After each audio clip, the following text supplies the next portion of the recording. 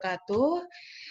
Yang terhormat Pak Taufik Arifin, terima kasih sudah berkenan menjadi narasumber di acara ini.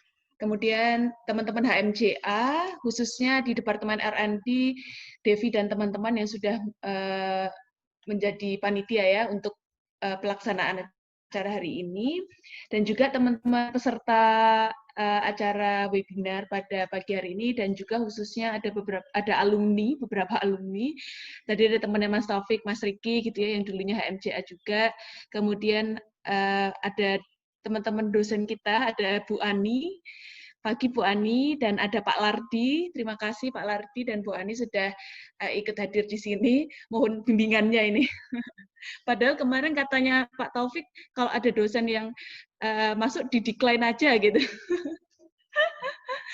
Oke, jadi terima kasih untuk hadir di acara ini. Jadi acara ini sebenarnya kerjasama antara Lab Akuntansi dan Perpajakan yang pengen kita bagi untuk hal-hal yang terkait dengan teknis mengenai akuntansi ya, untuk menghidupkan beberapa diskusi tentang akuntansi ya. Jadi yang pernah saya sampaikan di diskusi sebelumnya bahwa kayaknya kita kurang nih di akuntansi tuh banyak diskusi kecil-kecilan yang apalah topik terkini tentang akuntansi yang kita angkat sebagai diskusi. Nah, ini match dengan program kerjanya di HMJA, di Departemen Research and Development, bahwa ada accounting discussion. Nah, kali ini tema yang ingin diangkat adalah mengenai akuntan di era digital. Nah, hal ini tuh kayaknya beberapa kali mahasiswa bertanya ketika di kelas gitu ya, Bu, gimana ya Bu, kalau kita pada saat itu bahas mengenai teknologi di revolusi industri 4.0 gitu ya, terus kita nanti kalau lulus tuh gimana ya Bu, kita ini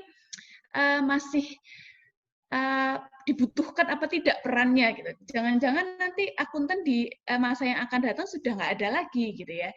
Karena kalau kita bahas di teknologi di revolusi industri 4.0 gitu ya, itu kan memberi dampak yang signifikan ya pada ekonomi, sosial, budaya yang jadi berubah gitu ya, pola perilakunya gitu ya. Dan dalam konteks bisnis gitu ya, teknologi itu bersifat disruptif gitu ya, yang mengubah secara drastis pola cara perusahaan menjalankan bisnisnya. Nah, sebagai bagian dari pelaksanaan bisnis gitu ya, akuntansi ini kan juga memiliki dampak gitu ya. Ketika semua transaksi yang kita ini belajar di akuntansi keuangan dengan detail gitu ya, kemudian pada akhir pun kita diperkenalkan dengan beberapa aplikasi gitu ya, yang itu sebenarnya kita nggak perlu membuat itu secara manual lagi. Nah, gitu peran kita ada di mana? Akuntan ini nanti ketika di proses bisnis di revolusi industri kita posisinya ada di mana? Jadi dari mulai pelaksanaan di akuntansi keuangan, kemudian audit gitu ya, dan sistem informasi akuntansi. Nah, itu perannya gimana? Gitu. Itu nanti mungkin beberapa pertanyaan Pak Taufik, jadi keresahan teman-teman, jadi mungkin nanti Pak Taufik bisa memberi pencerahan gitu ya, dan nanti teman-teman Pak Taufik nanti kita beri kesempatan untuk kira-kira 45 menit menyampaikan materi, dan nanti boleh nanti silahkan ada pertanyaan di sesi tanya jawab, ataupun boleh nanti monggo Pak Taufik ketika memang ada pertanyaan di tengah juga kami persilahkan. Tapi sebelum Pak Taufik menyampaikan diskusi materi, mungkin teman-teman di sini ada 45 ya. Kemarin pada yang daftar lumayan banyak ya Devi ya. Mungkin katanya Devi mungkin belum pada bangun gitu ya. Karena nggak kuliah di kampus nih bangunnya jadi siang-siang katanya gitu ya. Karena teman-teman ini kebanyakan belum kenal Pak Taufik ya, karena Pak Taufik ini baru saja selesai studi S3 dari Belanda. Jadi saya perkenalkan dulu Pak Taufik Arifin. Ini berikut beliau adalah dosen di Prodi Akuntansi FEB UNS, kemudian S1 di UNS, S2-nya di UGM, dan S3 baru selesai di University of Twente dari Belanda. Dan bidang konsentrasi beliau ada di finance and accounting. Jadi teman-teman yang belum diajar sama Pak Taufik mungkin bisa jadi semester depan dapat kelasnya Pak Taufik gitu ya. Jadi yang masih asing ya, karena siapa ya Pak Taufik ini kayaknya belum pernah tahu, yang banyak tahu kan Pak Lardi gitu ya, Pak Bu Ani gitu ya. Nah, nanti kita bisa langsung mendengarkan pemaparan materi dari Pak Taufik. Baik, tanpa berlama-lama lagi, monggo saya persilakan Pak Taufik. Ya, terima kasih Bu Isna ya atas sedikit perkenalannya. Sebelumnya Assalamualaikum warahmatullahi wabarakatuh. Sekali lagi kita ulangi untuk tidak lupa selalu mengucapkan syukur kehadirat Allah Subhanahu Wa Taala, di mana kita bisa berkumpul di sini meskipun secara virtual tadi ya. Kita diberikan kesehatan gitu ya, bisa terus melakukan aktivitas meskipun dalam kondisi yang mungkin tidak yang kita harapkan seperti itu. Saya pertama mengucapkan terima kasih kepada teman-teman ya, apresiasi kepada teman-teman mahasiswa bahwa saya kira ini sebuah usaha untuk terus beraktivitas gitu ya, meskipun dengan segala keterbatasan ya, dengan membuat kegiatan-kegiatan yang ini sebenarnya memberikan value kepada kita semua ya, kepada saya sendiri ya, karena saya ketika ini sebenarnya bukan pencerahan ya kalau tadi Mbak Isna bilang ya, ini hanya sekedar diskusi sharing perspektif saja dari saya, karena bisa jadi nanti apa yang saya sampaikan itu kurang tepat gitu ya, nanti silakan kita berdiskusi karena ini acaranya itu diskusi gitu ya. Jadi nanti silakan teman-teman sharing pemikirannya seperti apa. Ini ada Mas Riki juga yang kebetulan sudah punya pengalaman banyak di PPK gitu ya, khususnya di bagian investigasi forensik ya, nanti mungkin akan sedikit kita singgung gitu ya. Ada Bu Ani, ada Pak Lati yang mungkin ya ini mungkin lebih punya banyak pengalaman begitu. Nanti jadi mohon maaf nanti kalau Bu Ani dan Pak Lati kalau mungkin ada yang salah nanti mohon dikoreksi gitu ya. Jadi ini tadi ya. Jadi ini sekedar perspektif dari saya. Artinya apa, ini juga memberikan manfaat bagi saya. Artinya saya harus baca ya sebelum sharing gitu ya. Artinya ini sangat kita apresiasi sekali ya teman-teman mahasiswa untuk terus berkreativitas ya, untuk menghidupkan khususnya di sini HMJ ya, atau organisasi jurusan untuk akuntansi. Nah, oh ya, ini saya belum sharing screen ya.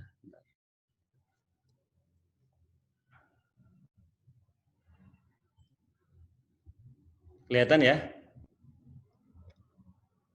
Saya ini dulu. Ya.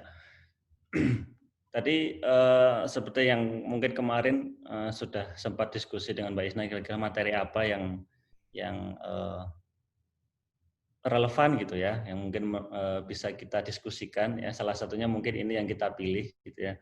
Karena memang ini kebetulan beberapa kali ini saya harus mempersiapkan beberapa materi. Jadi saya mencoba mengambil materi yang mungkin sedikit bersinggungan supaya nanti persiapannya nggak terlalu repot gitu ya, karena besok Senin pun jadi ini beberapa materi itu saya ambil juga dari materi yang nanti akan saya sampaikan juga di Fintech Center. Itu ada summer course tentang fintech gitu ya, jadi beberapa saya ambil ya, jadi ini juga sedikit relevan, cuma nanti akan saya coba lihat aspek accountingnya. Kalau nanti di summer course fintech itu akan banyak dibahas mengenai sisi finance-nya. Nah ini kita coba lihat, kita kupas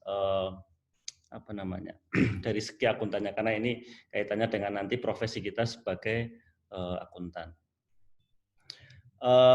Ya tadi sudah diperkenalkan gitu ya, sedikit biografi saya. Jadi saya sedikit mengulangi ya.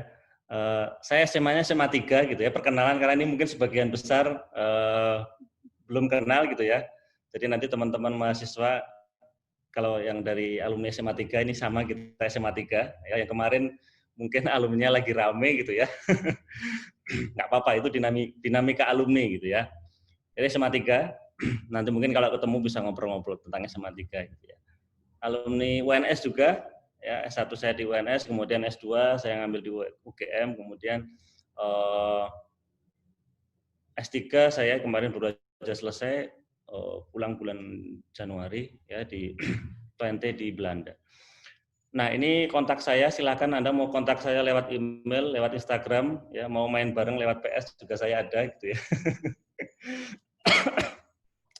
Nah, ini sedikit perkenalan ya. Nanti mungkin kalau ketemu kita bisa ngobrol lebih banyak gitu ya.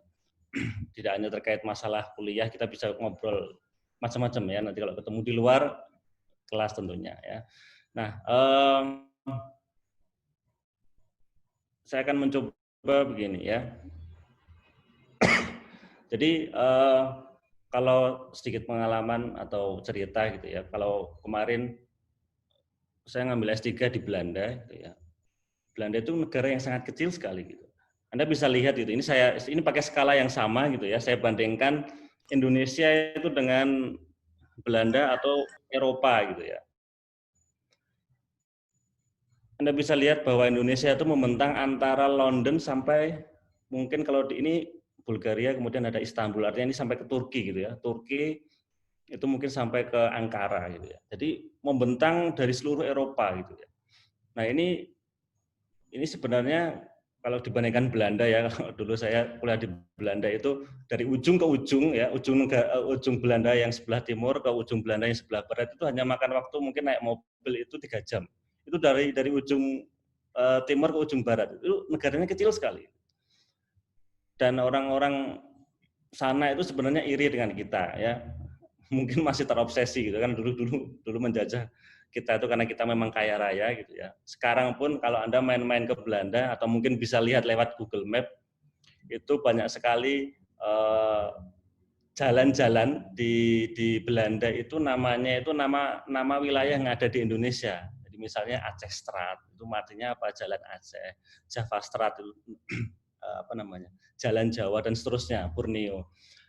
Jadi itu menandakan bahwa sebenarnya mereka itu iri dengan kita gitu ya. Yang kadang-kadang kita sering melihat bahwa kita itu kalau kita ini negara yang kecil, selalu apa-apa selalu tertinggal itu. Artinya dengan melihat seperti ini itu jangan kemudian kita menjadi pesimis gitu ya, menjadi takut bahwa nanti kita akan kalah dengan negara lain gitu ya. Jadi sebenarnya kalau kita melihat tadi ada lagu Indonesia Raya, itu sebenarnya kita perlu mengingatkan bahwa kita sebenarnya harus mengisi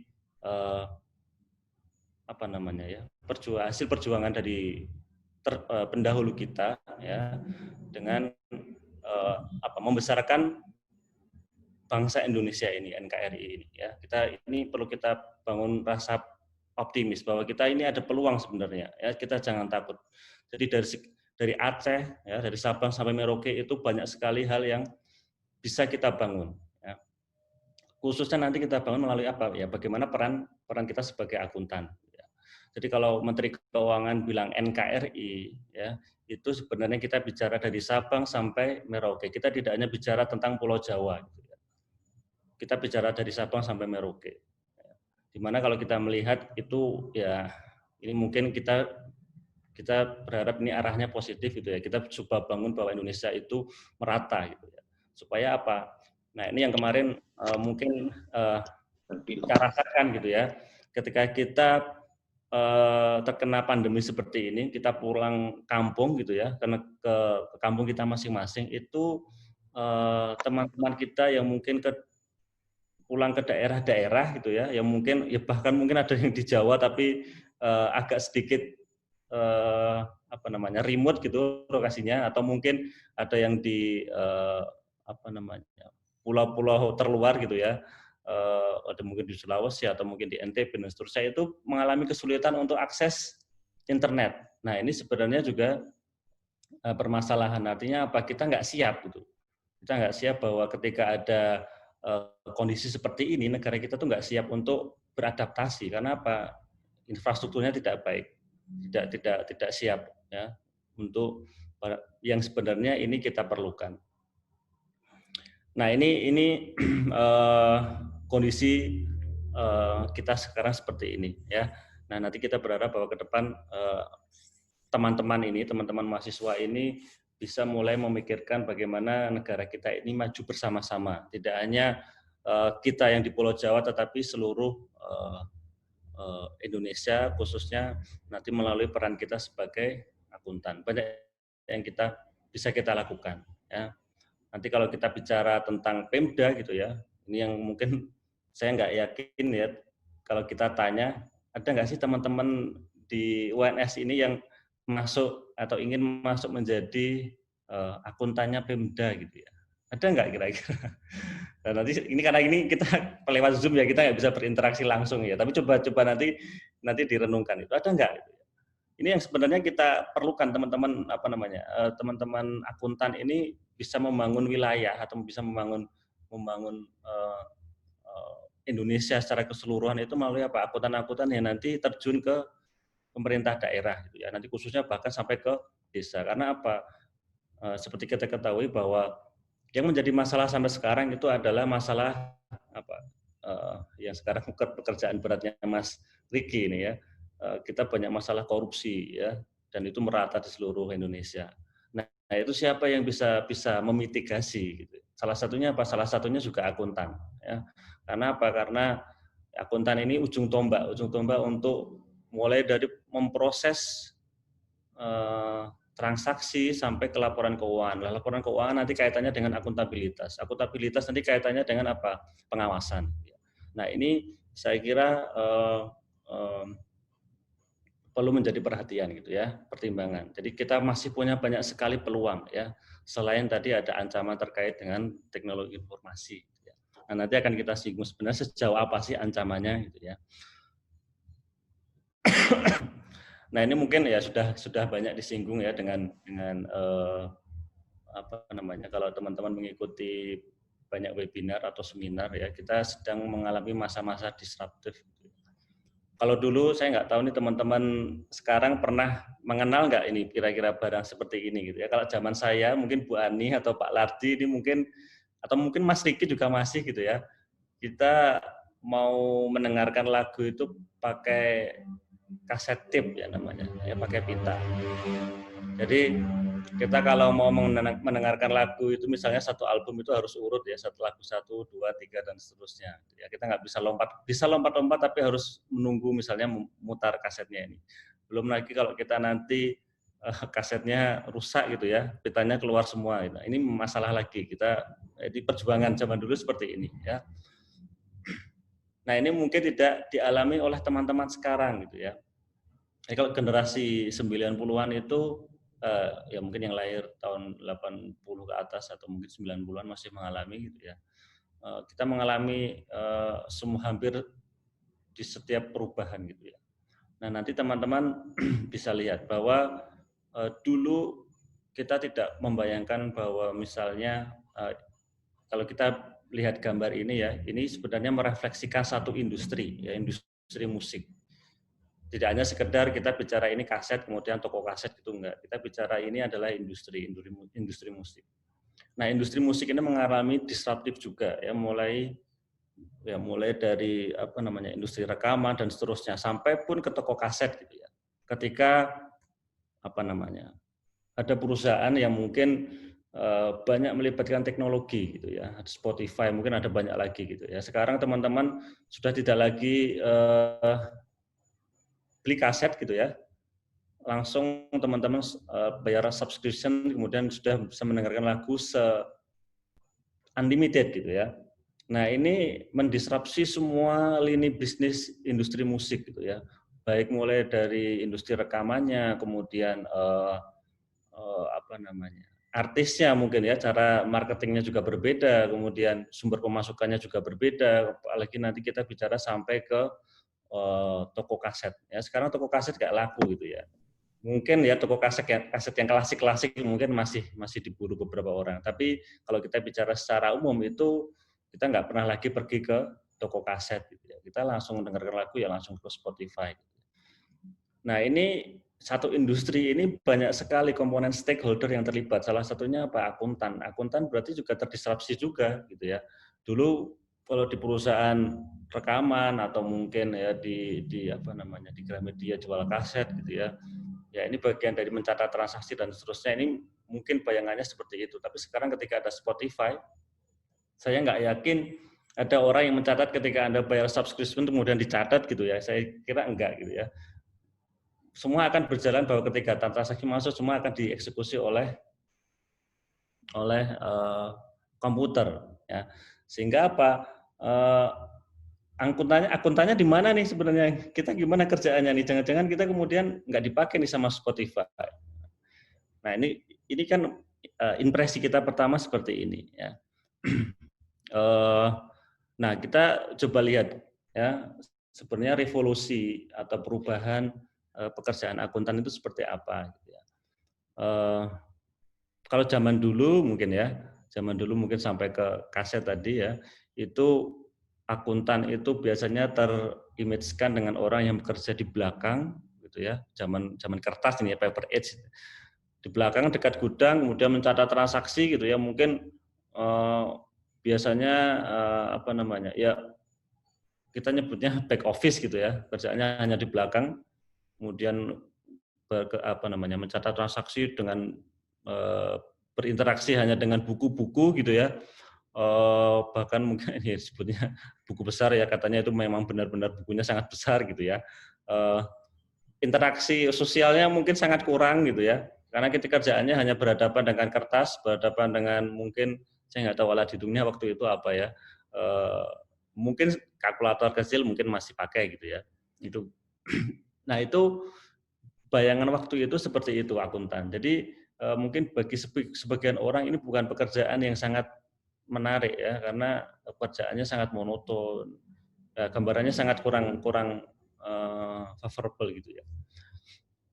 Nah kemudian seiring berjalannya waktu, kemudian ada perkembangan komputer tahun mungkin ya awal 90-an ya, komputer. Tapi komputer ini mungkin bentuknya masih sangat besar-besar gitu ya.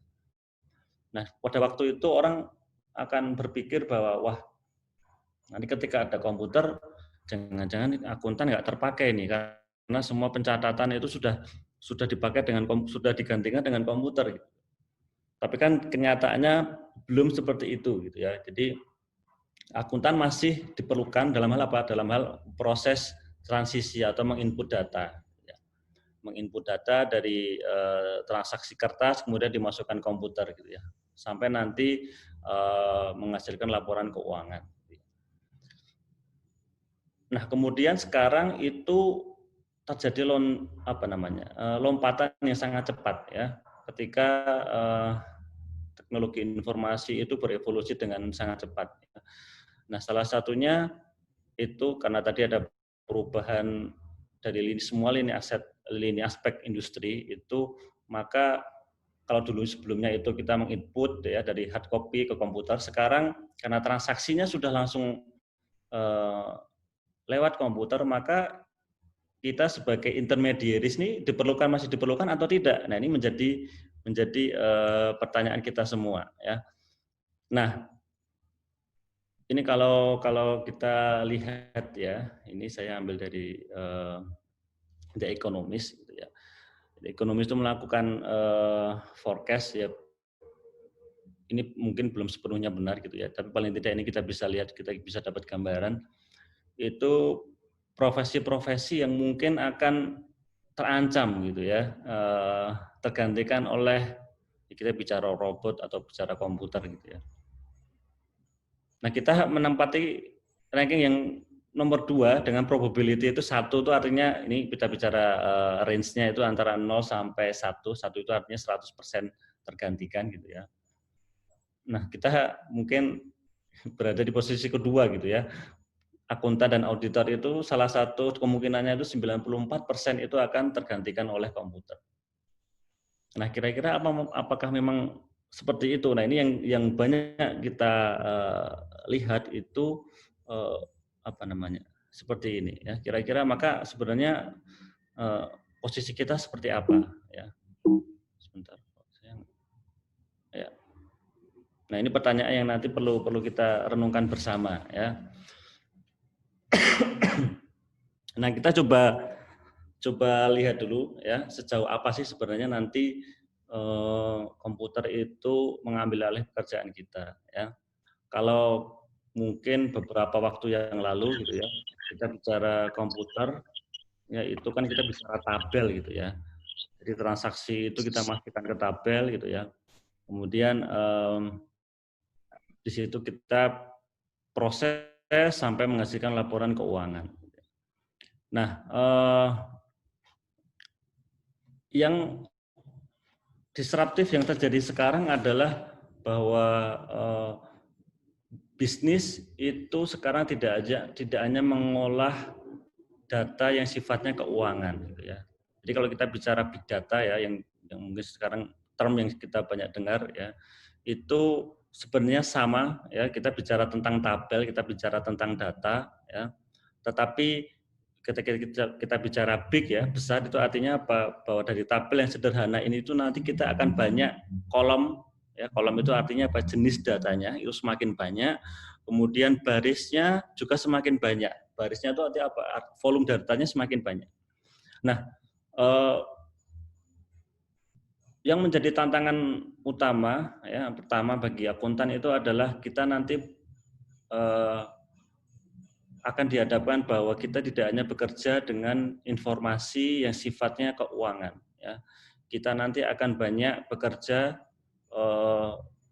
atau terlibat ya dengan informasi-informasi yang nanti bentuknya tidak non financial information atau non financial data ya. Ini ambil contoh seperti ini. Jadi misalnya kalau Anda bekerja sebagai analis kredit gitu ya, kalau dulu kita bicara ya ada nama, mungkin ada umur, kemudian ada gender, kemudian ini mungkin ada saldo dan seterusnya, mungkin biografi tentang peminjam gitu ya, dan kemudian saldo pinjamannya.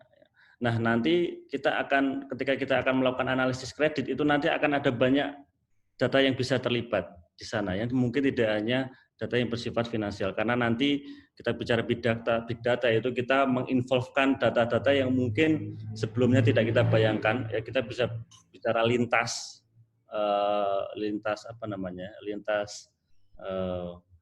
jenis data gitu ya. Kita nanti bicara tentang lokasi, kita mungkin bisa jadi nanti di tabel ini itu ada tentang histori lokasi kita. Apakah histori lokasi kita ini juga akan berimplikasi pada penilaian kredit. Nah nanti bisa kita pertimbangkan, karena apa, misalnya Anda 2 orang gitu ya, biasanya dia kalau kita melihat histori lokasinya misalnya ya, karena kan sekarang perusahaan itu sudah mulai ya, kalau di beberapa perusahaan sudah mulai merekam histori lokasi kita ya. Kalau orang yang biasanya mainnya di misalnya Mas Riki nih misalnya, Mas Riki itu kalau dicek histori lokasinya itu biasanya mainnya di SCBD misalnya, Pacific Place gitu ya, atau Sudirman gitu ya. Nah itu orang akan bisa menilai oh ini kira-kira berinteraksinya dengan komunitas yang berada di lingkungan ini. Nah ini nanti akan beda ketika mungkin saya itu mainnya ke Tanah Abang, kemudian ke Mangga 2 gitu ya. Nah ini beda gitu ya. Nah ini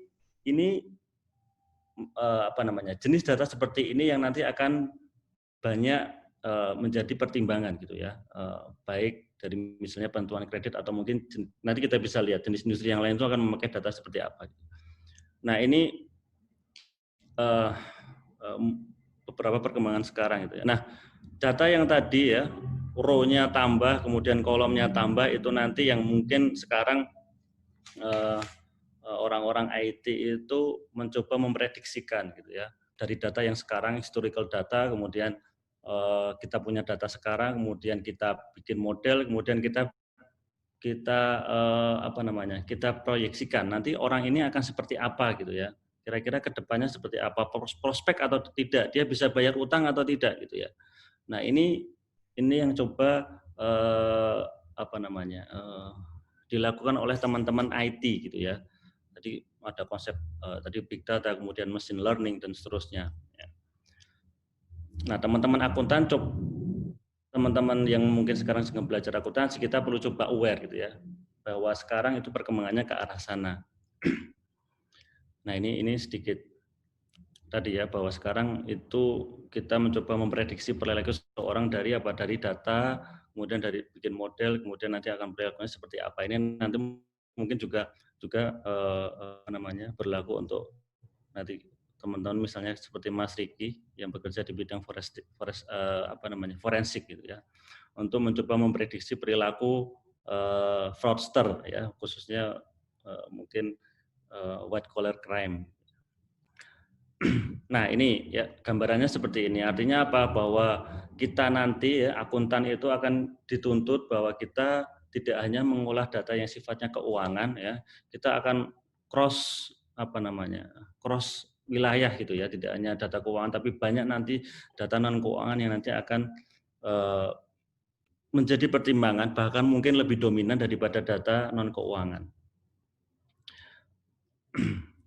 Karena apa? Jadi misalnya begini, kalau teman-teman melihat atau baca berita gitu ya, kalau di Amerika ya orang kuliah itu mereka sekarang ya ini yang mungkin jadi masalah juga ya, orang kuliah itu ada skema namanya hutang gitu ya. Jadi bank-bank itu memberikan skema hutang kepada mahasiswa yang akan kuliah di kampus-kampus. Nah nanti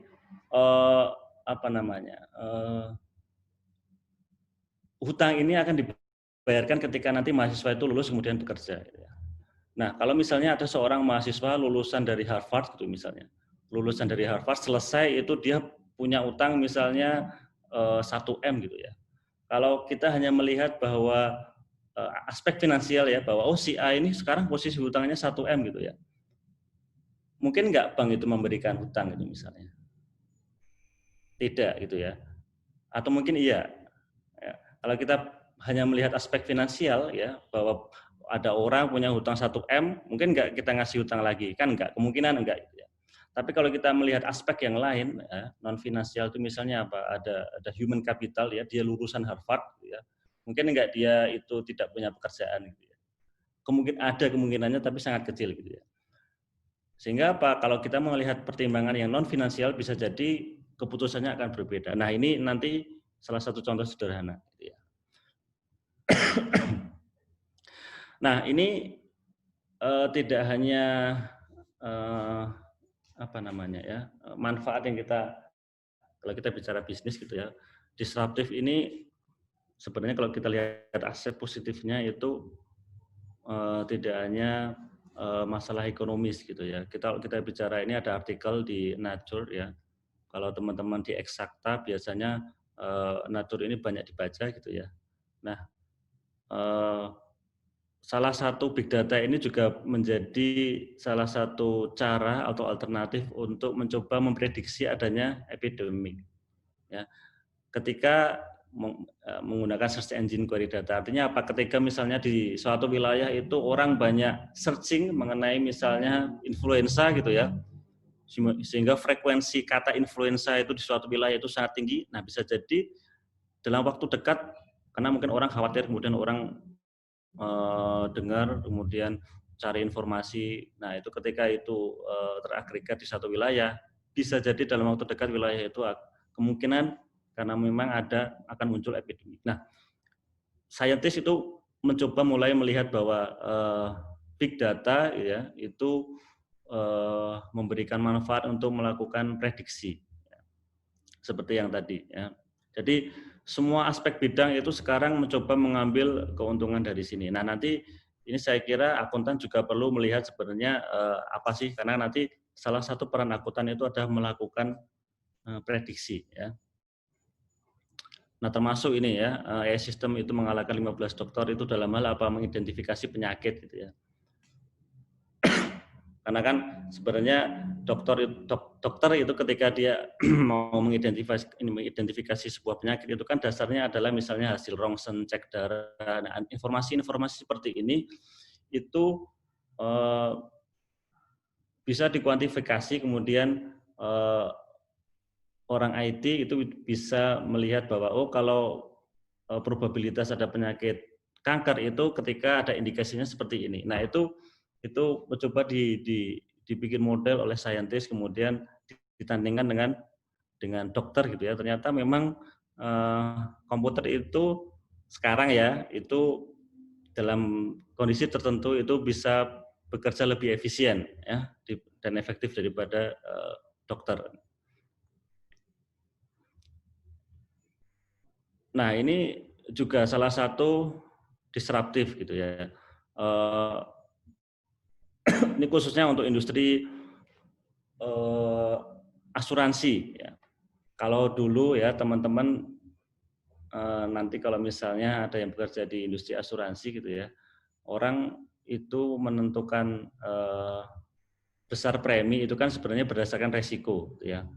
Nah, resiko itu biasanya itu dinilai itu dari kondisi sekarang atau historical. Jadi misalnya umurnya berapa atau mungkin perusahaannya itu bergerak dalam bidang apa, kemudian apa namanya cash flow-nya seperti apa, atau kalau misalnya orang itu dia umur berapa, dia punya riwayat kesehatan yang seperti apa, dan seterusnya. Itu nanti untuk membuat skor, kemudian nanti muncul, oh ternyata orang ini resikonya tinggi, resikonya rendah. Berdasarkan data historis tadi, ya, menentukan premi. Ya ini kita bisa sebut sebagai costing gitu ya. Nah sekarang big data itu memungkinkan premi asuransi itu bersifat dinamis. Dinamis apa? Dinamis itu berdasarkan data-data yang real time. Artinya apa? Ada suatu saat mungkin ya, ini kita bicara truk ya, bicara logistik gitu misalnya. Perusahaan logistik ini mengasuransikan truknya gitu ya. Loh, berapa premi yang harus kita bayar?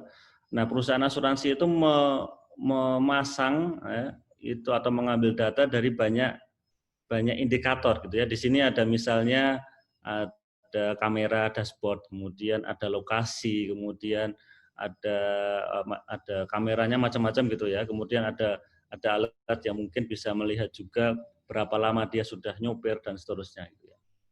Nah, semua data ini itu kalau diagregatkan kemudian dianalisis itu bisa menangkap misalnya, oh sopir ini sudah nyopir misalnya sampai kalau orang normal itu biasanya 4-6 jam istirahat, ya kemudian jalan lagi 4-6 jam istirahat gitu ya.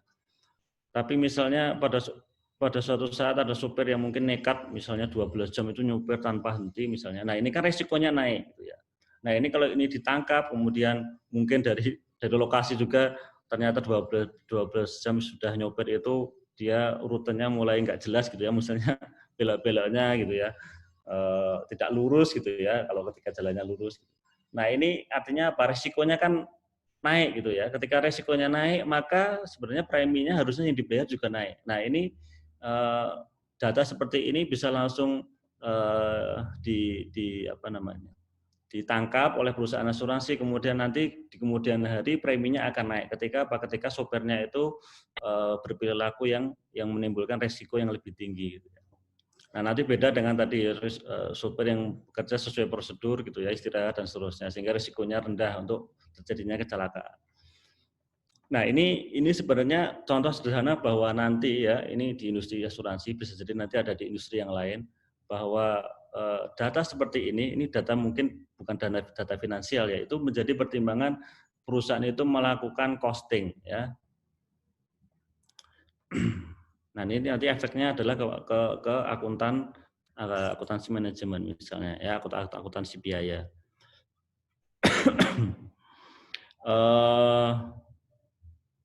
Ya ini juga saya kira ini kita perlu sedikit aware juga bahwa sekarang itu ya kalau teman-teman bicara ngambil mata kuliah apa ya yang kita bicara tentang asimetri informasi gitu ya, itu orang atau pihak yang memiliki akses informasi yang lebih itu dia akan besar kemungkinan memenangkan pertandingan. Ya Anda bisa lihat di sini sekarang. Kalau kita bicara Alibaba ya, Alibaba itu dia menguasai sebagian besar marketplace di Cina gitu ya. Dia jadi dia punya data mulai dari customer kemudian bisnis ya, toko gitu ya. Toko itu nanti juga berinteraksi dengan toko supplier lagi gitu ya. Nah, transaksi dari beberapa pihak itu kemudian itu semua informasi itu dimiliki oleh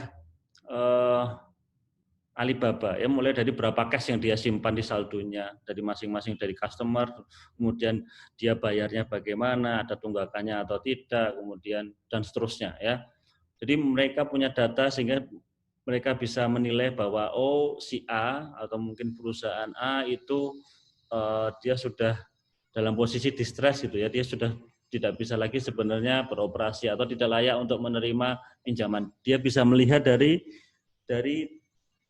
data yang tadi, karena dia berinteraksi itu kelihatan semua gitu ya, antara interaksinya dengan misalnya perusahaan, interaksinya dengan customer seperti apa, interaksinya dengan supplier seperti apa. Ya. Nah ini ketika satu perusahaan itu memiliki semua akses informasi, ya maka dia bisa mengambil keputusan yang tepat gitu ya. Keputusan yang tepat terkait apa ya? Terkait tadi keputusan bisnisnya, apakah akan meminjamkan uang atau mungkin perlu melakukan edukasi, harus seperti apa strateginya dan seterusnya. Ya. Jadi dalam hal ini adalah informasi ini sangat penting sekali. Ya. Nah ini peran akuntan itu adalah di sini ya. Bagaimana kemudian kita ya mengkomunikasikan informasi tadi, ya, membaca dan seterusnya. Nanti akan kita bahas berikut. Nah, tadi kita bicara tentang machine learning gitu ya. Kalau secara sederhana itu machine learning itu coba menginterpretasikan ya dari data-data yang mungkin yang mulai dari gambar, kemudian video dan seterusnya. Ya. Machine learning itu kan belajar bahwa oh ketika gambarnya ini misalnya ada gambar kucing sama anjing gitu ya. Oh kalau seperti ini kucing, kalau seperti ini anjing, kalau seperti ini kucing, seperti ini anjing. Sehingga apa dia nanti kalau ada gambar tanpa ada teks yang menyertai, dia bisa membaca, oh ini gambarnya itu kucing, oh ini gambarnya itu anjing. Ini sederhananya seperti ini. Ya. Jadi tanpa kita menginterpretasikan, ya mata manusia itu menginterpretasikan, itu mesin langsung otomatis bisa menginterpretasikan dari data yang sebelumnya mungkin sudah dia pelajari. Jadi ada peran manusia yang tereliminasi dalam hal ini. Nah, apakah kemudian akan terus sejauh itu gitu ya? Ini yang nanti perlu kita pahami bahwa kita sebenarnya tidak perlu khawatir. Mesin itu belum sejauh itu. Jadi misalnya kalau Anda lihat ini ya, ada 2 gambar gitu ya. Komputer itu sebenarnya belum bisa membedakan itu. Anda bisa melihat nggak itu ya? Itu ada anjing gitu ya, chihuahua gitu ya. Ada anjing kemudian ada cake gitu ya. Kalau Anda manusia kita manusia ini kita bisa langsung membedakan oh ini anjing, ini kucing, ini anjing, ini roti gitu ya. Cake gitu ya. Tapi kalau mesin belum bisa ya karena dia belum sejauh itu gitu ya. Kita nggak tahu nanti 50 tahun lagi seperti apa. Tapi kalau saat ini mungkin 10 tahun ke depan gitu ya. Mungkin belum sampai sejauh itu. Atau mungkin di sebelahnya ini ada anjing sama kain pel gitu ya. Nah, komputer belum sejauh itu, ya. Apalagi dengan ini gitu ya.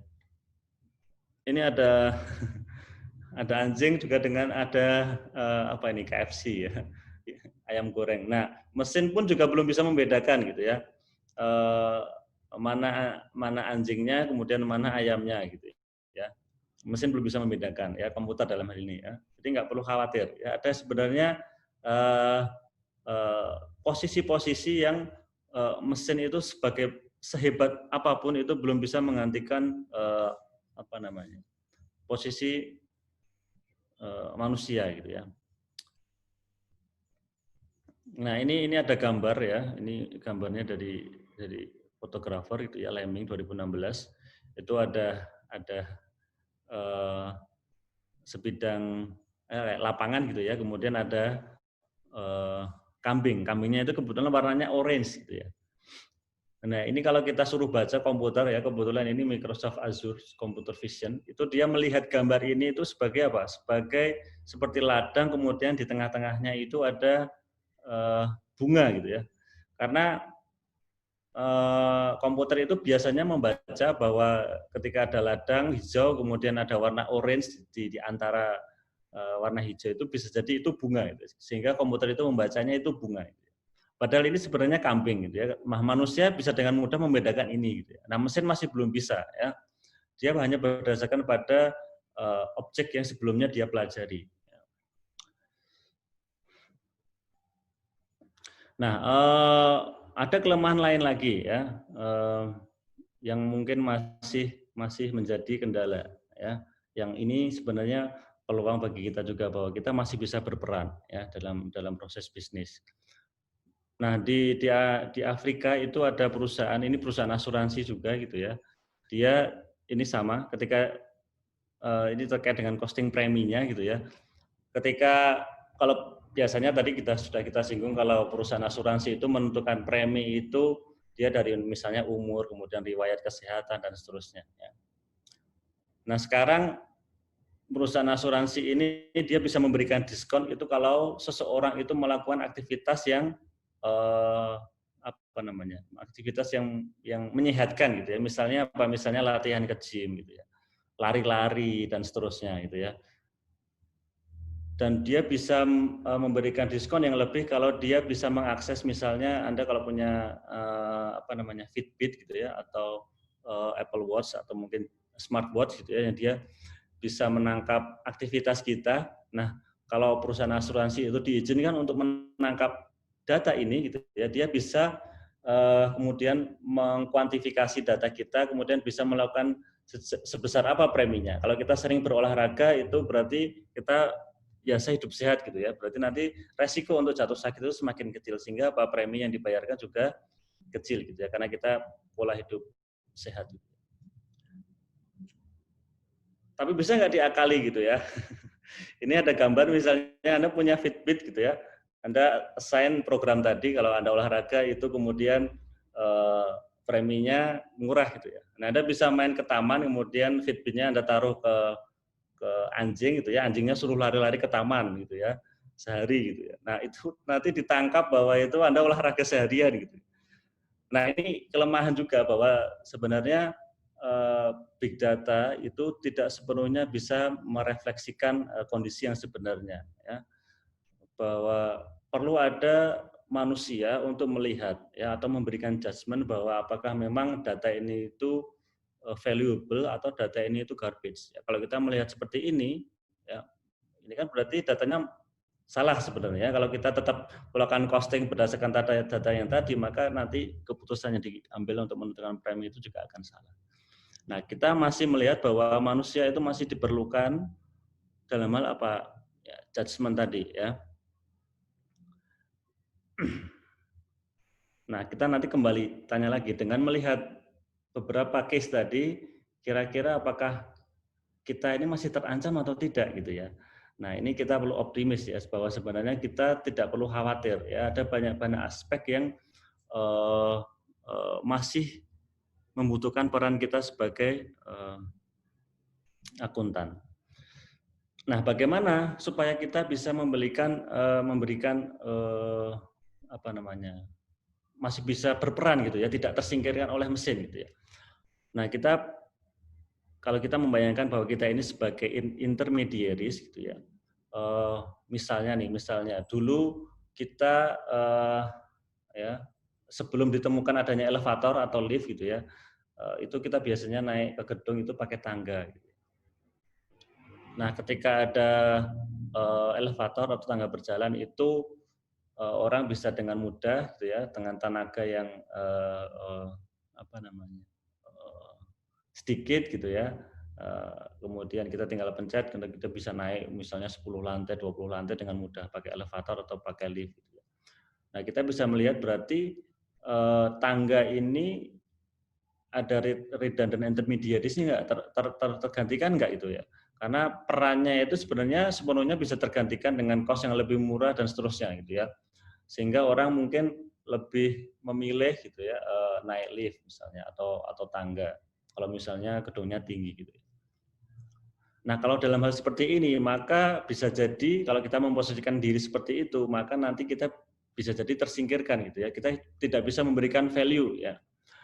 Bagaimana kita bisa memberikan value misalnya? Nah, kalau kita misalnya di gedung itu kita supaya orang itu tidak pakai lift ya, misalnya supaya listriknya tidak tinggi gitu ya, kita galakkan kampanye misalnya bahwa olahraga itu sehat. Gitu ya. Kalau kita turun tangga, kalau kita mau turun ke lantai yang lebih bawah gitu ya, kita bisa sedikit berolahraga lewat tangga misalnya. Nah, dalam hal ini itu kita bisa menunjukkan bahwa sebenarnya tangga itu masih memberikan value dalam hal tertentu gitu ya. Nah, ini sama analoginya dengan kita sebagai akuntan.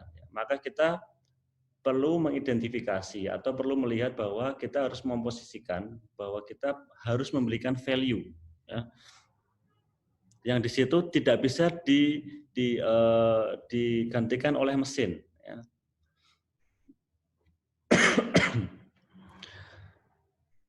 Nah, ini sama ya tadi analoginya.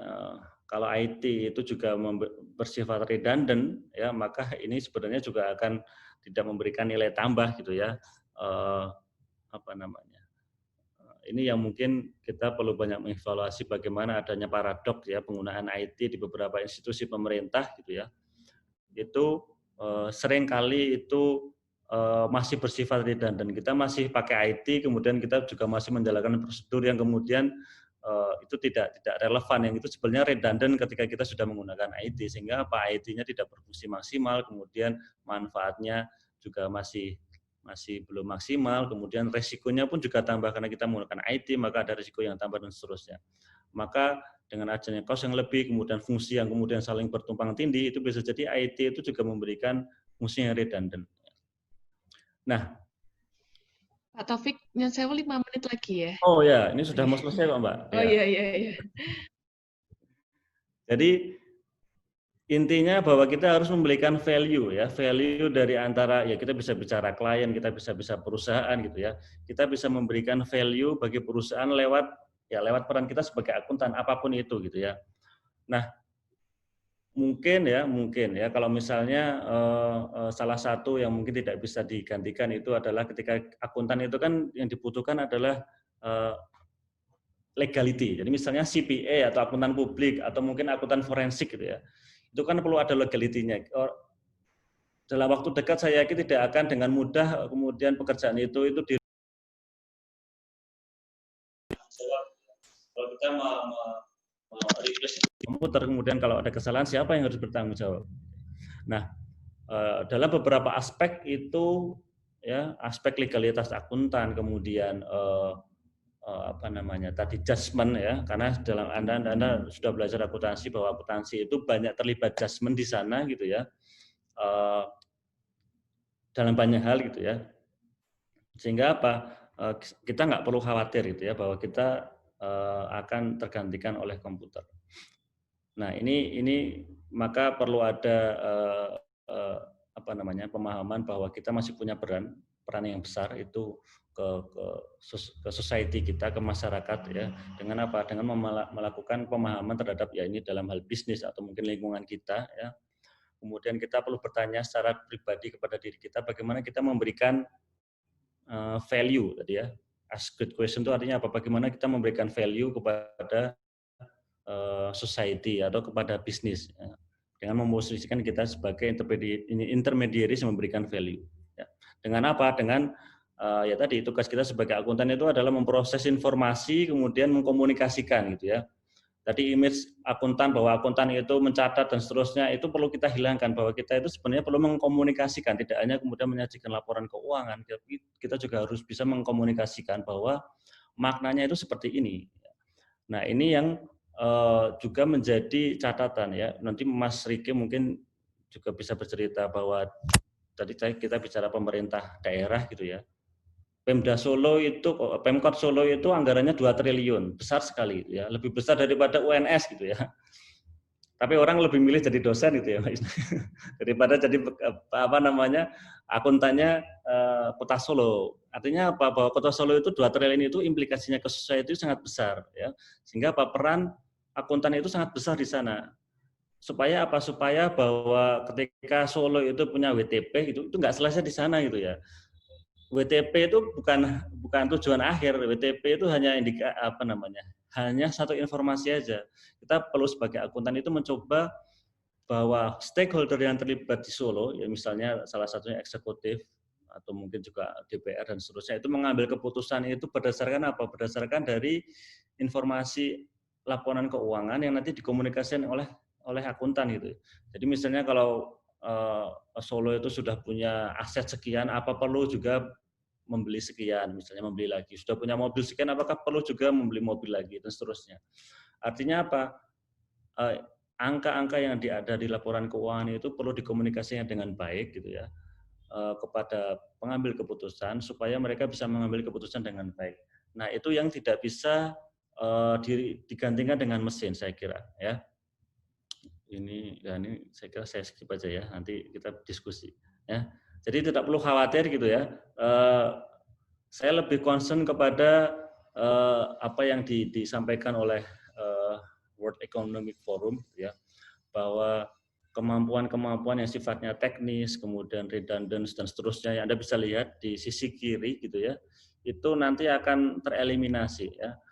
Anda perlu melihat bahwa ada aspek-aspek penting yang nanti saya yakin itu 50 tahun kemudian itu akan terus memberikan value ya, mulai dari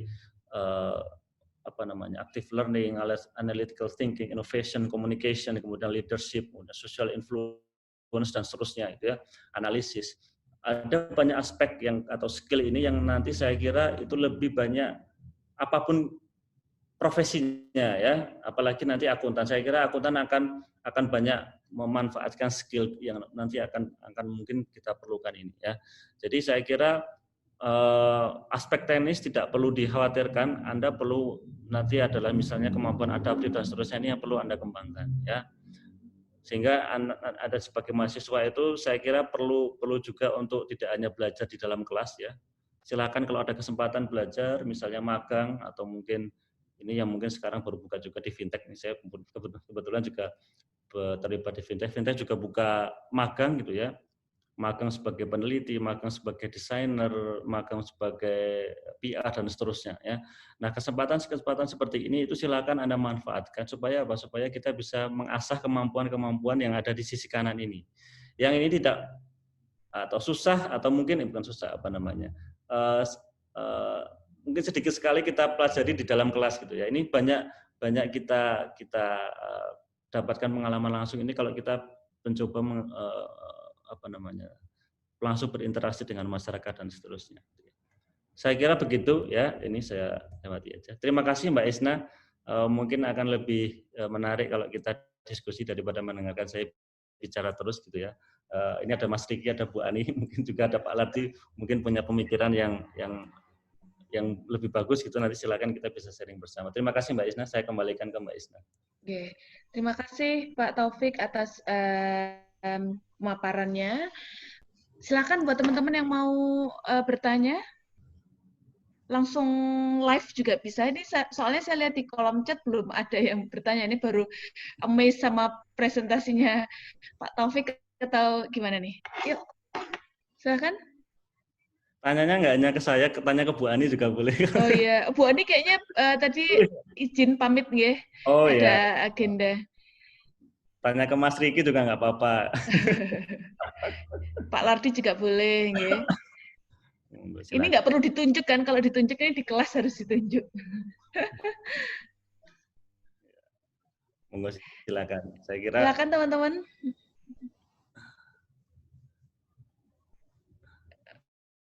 Ini nggak ada yang menampakkan ya. Devi tanya dulu. Atau Syafrizal dulu yang mulai, ketua HMJ-nya ini. Takut.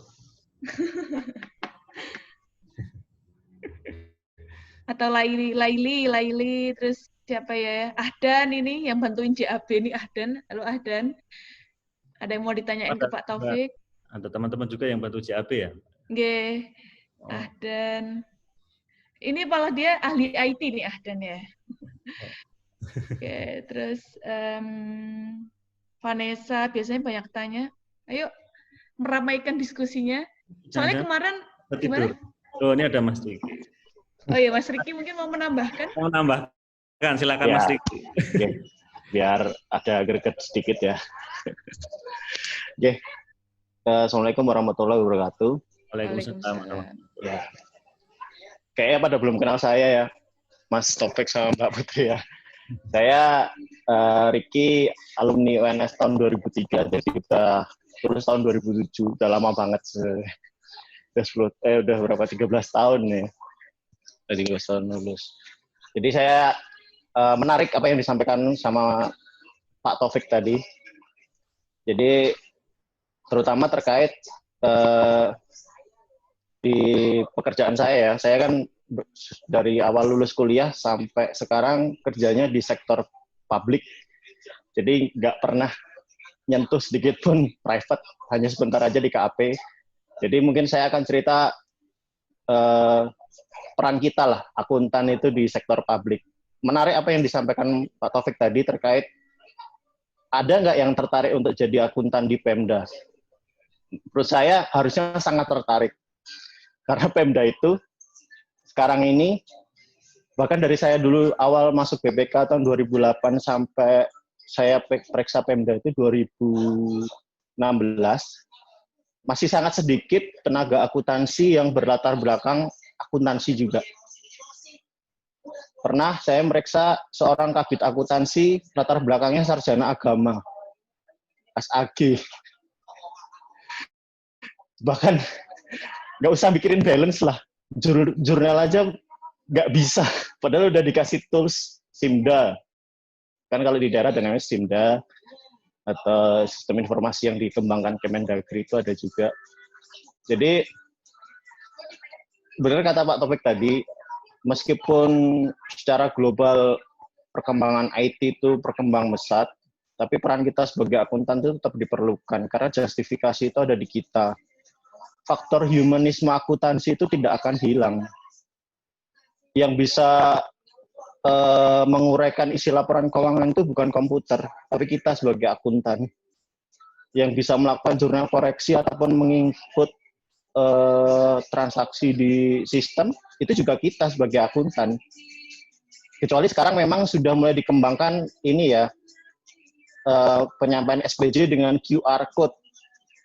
Jadi dengan bahannya baca scan QR, nanti akan langsung otomatis tersimpan jurnalnya ke sistem. Di pemerintahan lagi dikembangkan sekarang. Di Kemenkyu, rata-rata sudah mulai, kita sudah dalam tahap peralihan untuk menggunakan QR Code, seperti itu. Jadi SPJ pakai QR Code, perjalanan dinas pun juga sekarang nggak perlu sign lagi, istilahnya yang perjalanan dinas tinggal mau berangkat berapa hari, ini terus SPJ-nya udah digital semua, jadi udah langsung otomatis ke record. Tapi tetap balik lagi, yang namanya kita bersebutnya IT itu tools ya, Mas ya. Jadi IT itu tools, usernya adalah tetap manusia, akuntan itu sendiri. Jadi untuk sampai mungkin nggak cuma 10 tahun ya, sampai 50 tahun yang akan datang, akuntan, auditor itu masih sangat diperlukan Bapak Ibu. Jadi untuk adik-adik di yang sekarang masih kuliah, nggak usah khawatir lah. Kita tuh masih sangat dibutuhkan di industri kita, di semua industri malah. Di rumah sakit, bayangin, rumah sakit itu pasti juga membutuhkan akuntan untuk menyusun laporan keuangan. Manufacturing apalagi juga pasti membutuhkan akuntan. Di sektor publik, sekarang masih sedikit orang yang berbasis akuntansi, itu masih sedikit yang mau masuk ke Pemda. Kalau di kementerian mungkin sudah banyak. Jadi karena yang kementerian itu kan karena rata-rata dapat distribusi dari tenaga stan. Nah, rata-rata masuk ke kementerian atau lembaga negara. Tapi kalau untuk di pemerintah daerah, lulusan akuntansi itu masih sangat sedikit yang berminat untuk menjadi akuntan Pemda. Mungkin yang saya tahu yang masuk jadi akuntan Pemda itu teman kita Mas Taufik, Mas Adib. Ya, Adib di Pemkab.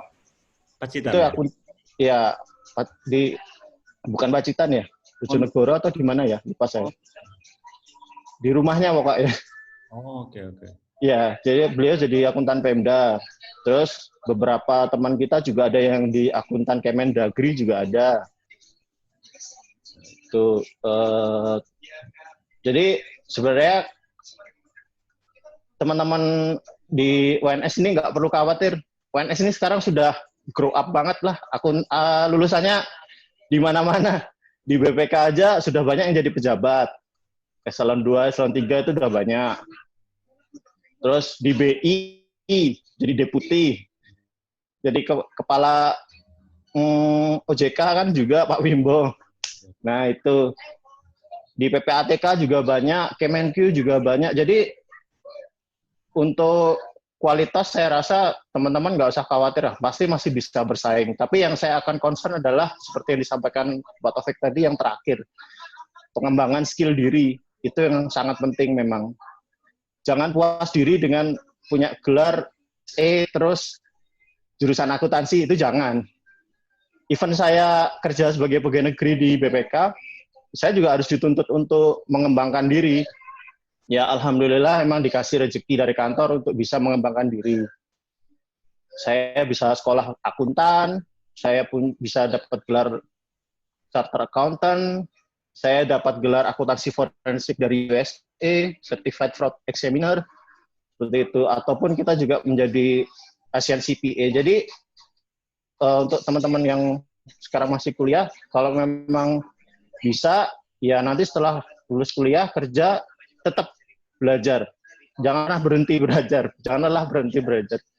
Ya, bisa dijadikan contoh dosen-dosen teman-teman, Mas Topik, Mas Dono, di usia istilahnya masih kepala 3 sudah jadi dokter.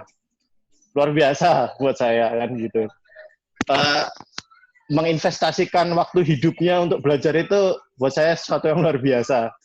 Jadi, dan itu nggak ada ruginya sama sekali teman-teman. Jadi meskipun sudah mempunyai gelar S1, jangan ngerasa cukup lah. Tetaplah daki gunung itu sampai setinggi-tingginya, istilahnya seperti itu. Jadi kembangan sertifikasi kemampuan skill-skill yang teman-teman bisa kembangkan. Contoh kayak teman-teman yang sudah di himpunan, itu sangat akan bermanfaat kalau nanti di dunia kerja teman-teman. Secara nggak langsung teman-teman yang di himpunan itu akan belajar cara berkomunikasi, berhadapan dengan orang, nggak gemeter ketemu sama orang, bisa presentasi di depan pimpinan atau orang besar lah istilahnya. Itu akan melatih diri secara alamiah istilahnya. Jadi teman-teman nggak perlu kuliah lagi di FISIP komunikasi untuk belajar cara berkomunikasi. Karena di akuntansi sendiri, komunikasi juga sangat penting Bapak Ibu. Terutama contohnya di audit. Di audit itu nanti ada namanya dari mulai proses praperencanaan, perencanaan, pelaksanaan sampai pelaporan. Nah, di situ itu banyak berinteraksi dengan banyak orang. Jadi mulai dari entry meeting, bayangin misalkan begini, saya seorang pemeriksa di BPK akan memeriksa Kementerian Keuangan. Mau nggak mau saya pasti akan ketemu entry dengan Menteri Keuangan dong. Siapa yang nggak gemeter ketemu Bu Sri Mulyani? Berarti seperti itu. Jadi soft skill komunikasi itu juga tetap harus ditingkatkan teman-teman. Jadi selama istilahnya begini, teman-teman masih muda, masih punya energi yang besar untuk selalu belajar, tetap selalu belajar. Kalau boleh saya saran, kalau untuk menjadi akuntan, untuk yang ini ya, yang punya cita-cita jadi akuntan atau auditor ya, cobalah untuk melihat di sektor publik. Karena di sektor publik daerah itu cenderung masih lemah. Apalagi laporan keuangan di pemerintah daerah maupun pusat kan sekarang banyak nih. Bayangin, satu Pemda disuruh nyusun 7 laporan keuangan, 7 jenis laporan keuangan. Dulu hanya 4, sekarang ada 7. Dan teman-teman bisa bayangkan, yang bukan jurusan akuntansi disuruh bikin laporan keuangan. Nah, bayangin seperti apa mereka untuk transaksi misalnya pengeluaran kas saja belum tentu tahu lawannya kas itu apa, belanja apa belum tentu match. Saya sering ngoreksi dulu waktu meriksa di Pemda tuh, karena saking mereka nggak tahu itu larinya ke belanja apa-apa, dibuangnya ke belanja lain-lain. Padahal udah ada mata anggarannya jelas, sudah ini. Jadi ya kita ngoreksinya banyak sekali kalau di Pemda itu seperti itu. Terus yang disampaikan Pak Topik tadi terkait WTP. WTP itu hanya penilaian kinerja performa penyusunan laporan keuangan dan pertanggungjawaban keuangannya setiap pemerintah daerah atau pemerintah pusat itu untuk 1 tahun saja. Jadi belum tentu WTP itu mencerminkan bahwa suatu Pemda itu sempurna, tidak ada korupsi, tidak. Karena balik lagi ke ilmu audit, audit itu sampling Bapak Ibu. Kalau populasi, ya kita jadi akuntan namanya, bukan audit. Dalam sampling itu kemungkinan error itu pasti besar. Sesuatu hal yang dikerjakan oleh akuntan setahun hanya dikerjakan oleh auditor hanya dalam jangka waktu tertentu, dan auditor hanya akan memeriksa sesuai dengan risiko yang sudah diperhitungkannya. Jadi teman-teman adik-adik di sini nggak perlu khawatir lah peran akuntan itu sangat seperti apa di masa depan, karena akuntan itu akan tetap selalu ada menurut saya, karena sisi humanis akuntan itu tidak akan hilang. Akuntan itu masih akan diperlukan terkait pengambilan keputusan, finansial itu seperti apa, seperti tadi disampaikan Pak Topik, misalnya suatu Pemda punya aset sekian, apakah perlu beli aset lagi ataukah tidak, atau misalkan masih punya sisa uang banyak untuk di Pemda, apakah tahun depan mau digunakan seperti apa, itu akuntan sangat penting sekali, apalagi di zaman sekarang seperti ini, di masa pandemi COVID ini. Realokasi anggaran itu butuh banget masukan dari namanya akuntan. Anggaran negara kita sekitar 1.300 triliun, 695 triliunnya digunakan untuk penanganan COVID. Bayangin kalau teman-teman jadi akuntan di suatu kementerian lembaga, harus memindah-mindahkan anggarannya dari anggaran belanja perjalanan dinas untuk menjadi penanganan COVID dan sebagainya. Itulah peran akuntan di seperti itu, Bapak Ibu. Jadi pengetahuan akuntan itu sangat diperlukan. Itu. Pengalaman saja, saya pernah meriksa di BUMN, tidak semua direktur BUMN itu juga paham laporan keuangan. Karena direktur itu juga ada yang basicnya sarjana teknik, atau sarjana sosial, itu juga ada. Nah, disitulah mereka biasanya punya pendamping, orang teknis, direktur keuangannya misalnya yang basic accounting, yang bisa mengerti terkait laporan keuangan dan sebagainya. Jadi terkait peran akuntan itu ya di masa sekarang masih, apalagi sekarang ya, sekarang itu sangat penting banget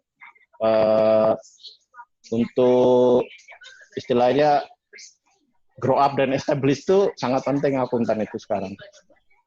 Ya mungkin tambahan dari saya itu, nanti mungkin berkembang lagi lah diskusinya seperti apa. Monggo silakan. Terima kasih.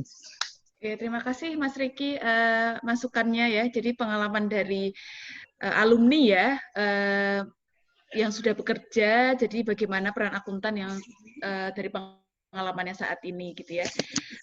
Mungkin itu juga menarik tadi ya tentang akuntansi di sektor publik ya. Jadi kalau pengalaman saya di S1 akuntansi ini, setahu saya tidak ada mata kuliah mengenai pengelolaan keuangan daerah. Jadi hanya akuntansi sektor publik, kalau saya tidak salah itu hanya membahas mengenai organisasinya, jadi karakteristik organisasinya. Padahal kalau mungkin spesifik di D3 akuntansi, D3 perpajakan di UNS ini malah justru ada satu mata kuliah yang itu bahas memang fokus ke apa ya, akuntansi sektor publik, walaupun sebenarnya konsepnya sama sih gitu, tapi kan ada tadi ya Mas Riki misalkan kita ada 7 laporan keuangannya gitu ya, jadi kalau kita nyatet beban juga ada masalah realisasi anggarannya gitu. Itu kalau di sektor di S1 akuntansi memang setahu saya belum ada spesifik itu, padahal kalau beberapa kali saya juga mendampingi di Pemda pas diajak gitu ya. Pas saya lihat ternyata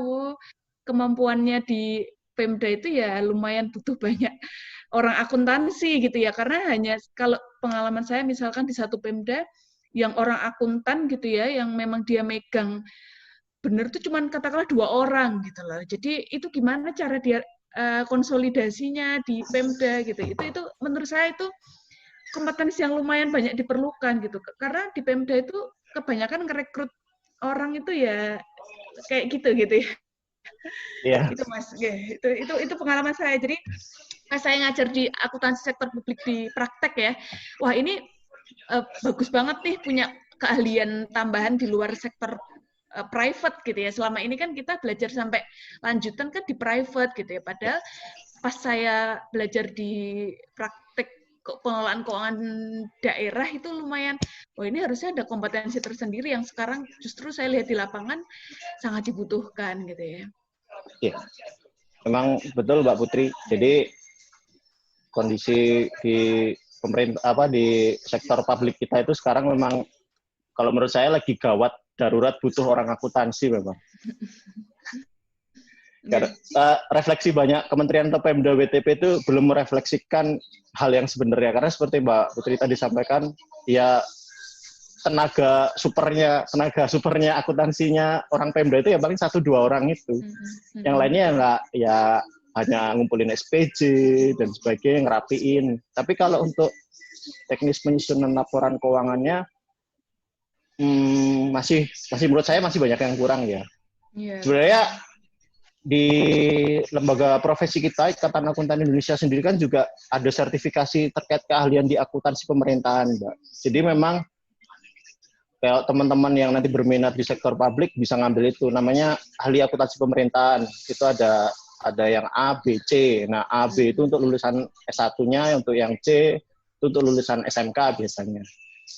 Nah, itulah daya jual teman-teman tuh kalau bisa mau jadi akuntan Pemda itu punya sertifikasi itu udah oke banget menurut saya.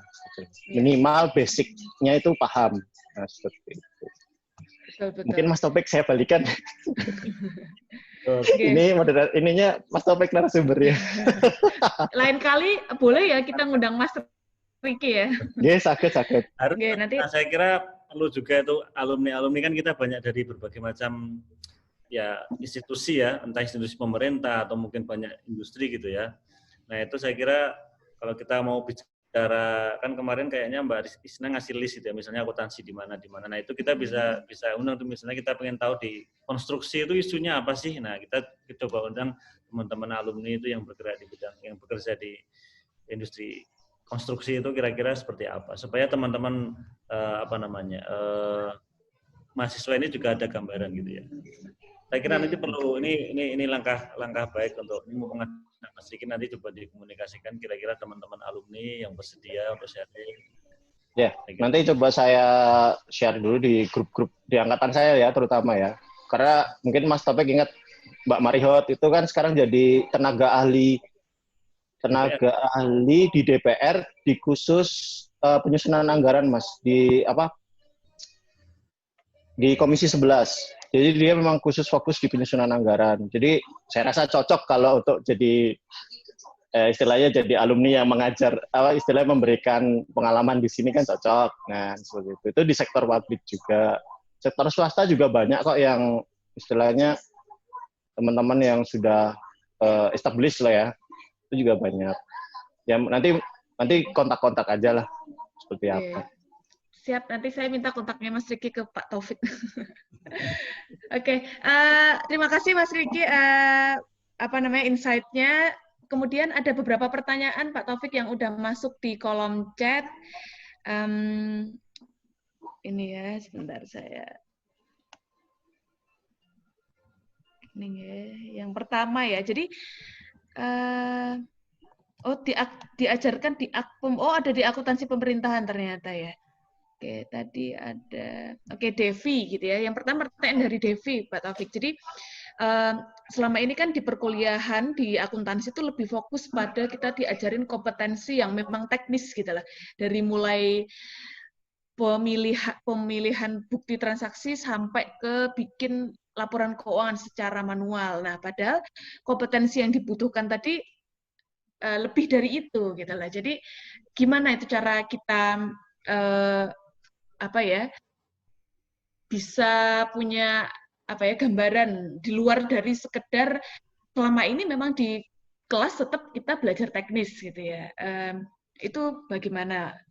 Kemudian ada juga mungkin nyambung pertanyaannya siapa ya? Oke. Ini Devi, kemudian ini. Nah, kemudian juga ada dari Syafrizal ya. Jadi masalah yang kedua yaitu bagaimana dengan majunya otomatisasi komputer, terutama dalam membantu proses akuntansi. Nah, dampaknya ke bidang audit sendiri nanti kayak gimana gitu. Pak Taufik, mungkin itu dulu yang bisa dibahas dulu, Mas Taufik. Oh iya, sebentar. Ya. Tadi yang pertama, saya kira ya kita memang di akuntansi ini ya kita belajar mulai dari hal yang basic. Sebenarnya ini bukan kemudian ini suatu hal yang ini ada manfaatnya atau tidak gitu ya. Saya kira ini sebenarnya proses kita belajar untuk memberikan pemahaman kita itu bahwa akuntansi itu prosesnya seperti ini. Kita coba belajar kita ambil logika berpikir di belakangnya, bahwa ketika tidak hanya sekedar debit kredit gitu ya. Sebenarnya kan debit kredit kemudian itu kan ada logika di belakangnya, bahwa ketika ada transaksi itu bahwa ada dua akun yang terpengaruh dan seterusnya. Artinya apa? Kita belajar logika yang ada di belakangnya. Jadi ketika nanti kita dalam posisi apapun ya, entah itu sebagai auditor gitu ya, kita tahu bahwa ketika ada seperti ini harusnya ininya ini begini nih ini ya. Kalau kita tahu itu gitu ya, prosesnya akuntansi secara keseluruhan itu ya, mulai dari penjurnalan sampai pelaporan, itu kita akan tahu kalau misalnya ada sesuatu yang salah gitu ya. Karena kita tahu logic thinking di belakangnya. Jadi jangan sampai kita hanya terbatas pemikiran kita bahwa itu hanya sekedar teknis matematika plus tambah dan seterusnya gitu ya, maksudnya karena matematika pun sebenarnya juga itu logika gitu ya, tapi coba pelajari pahami bahwa itu adalah proses memberikan kita itu gambaran logika berpikir dari akuntansi, bahwa akuntansi itu sebenarnya logis gitu ya, karena nanti ini jadi basic kita apapun itu ya. Mas Riki pun auditor tuh juga nanti awalnya dapat red flag itu pun juga dari kita belajar akuntansi. Jadi misalnya Anda baca ini ada orang nih misalnya pekerjaannya hanya sebagai akuntan nih, tapi dia punya aset yang sekian gitu ya. Ini kan sebenarnya menyalahi persamaan akuntansi gitu ya. Persamaan akuntansi itu ada aset, kemudian ada sumbernya, entah sumbernya dari pinjam, entah itu dari operasional perusahaan atau dari ekuitas gitu ya. Tapi kalau kita melihat bahwa ini harusnya orangnya ini nggak punya pendapatannya hanya sekian, tapi asetnya sekian gitu ya. Kemudian utang juga nggak punya. Nah ini dapat dari mana nih sebenarnya? Nah itu sebenarnya itulah supaya kita punya gambaran bagaimana logika berpikirnya. Karena ini sangat penting sekali di bidang apapun. Sehingga kemudian kita sekarang pun masih belajar tentang itu. Tapi coba dipahami secara menyeluruh gitu ya. Apa tadi terkait sama mempersiapkan kompetensi ya, saya kira ya yang perlu kita pertimbangkan adalah untuk teman-teman mahasiswa itu supaya ketika Anda lulus itu Anda tidak hanya punya, ketika Anda nulis CV gitu ya, itu tidak hanya punya tidak hanya lulus akuntansi IP-nya 3,9 selesai gitu ya. Anda harus punya sesuatu untuk diceritakan di CV itu. Itu secara mudahnya. Tapi lebih dari itu adalah silakan Anda kembangkan tadi ya skill-skill Anda yang tidak bisa diperoleh dalam waktu singkat. Dalam waktu singkat itu artinya apa? Komunikasi, kemudian critical thinking dan sebagainya itu gitu ya. Termasuk ini mencoba bertanya gitu ya. Itu kan critical thinking ya. Kemampuan ini itu nggak bisa Anda pelajari semalam, 2 malam, 3 malam selesai, kemudian Anda baca buku tentang komunikasi yang efektif, kemudian setelah Anda baca bukunya selesai, Anda bisa komunikasi dengan efektif, tidak gitu ya. Anda perlu belajar panjang gitu ya, dengan misalnya terlibat di AMJ, kemudian dan seterusnya. Itu saya kira penting sekali gitu ya.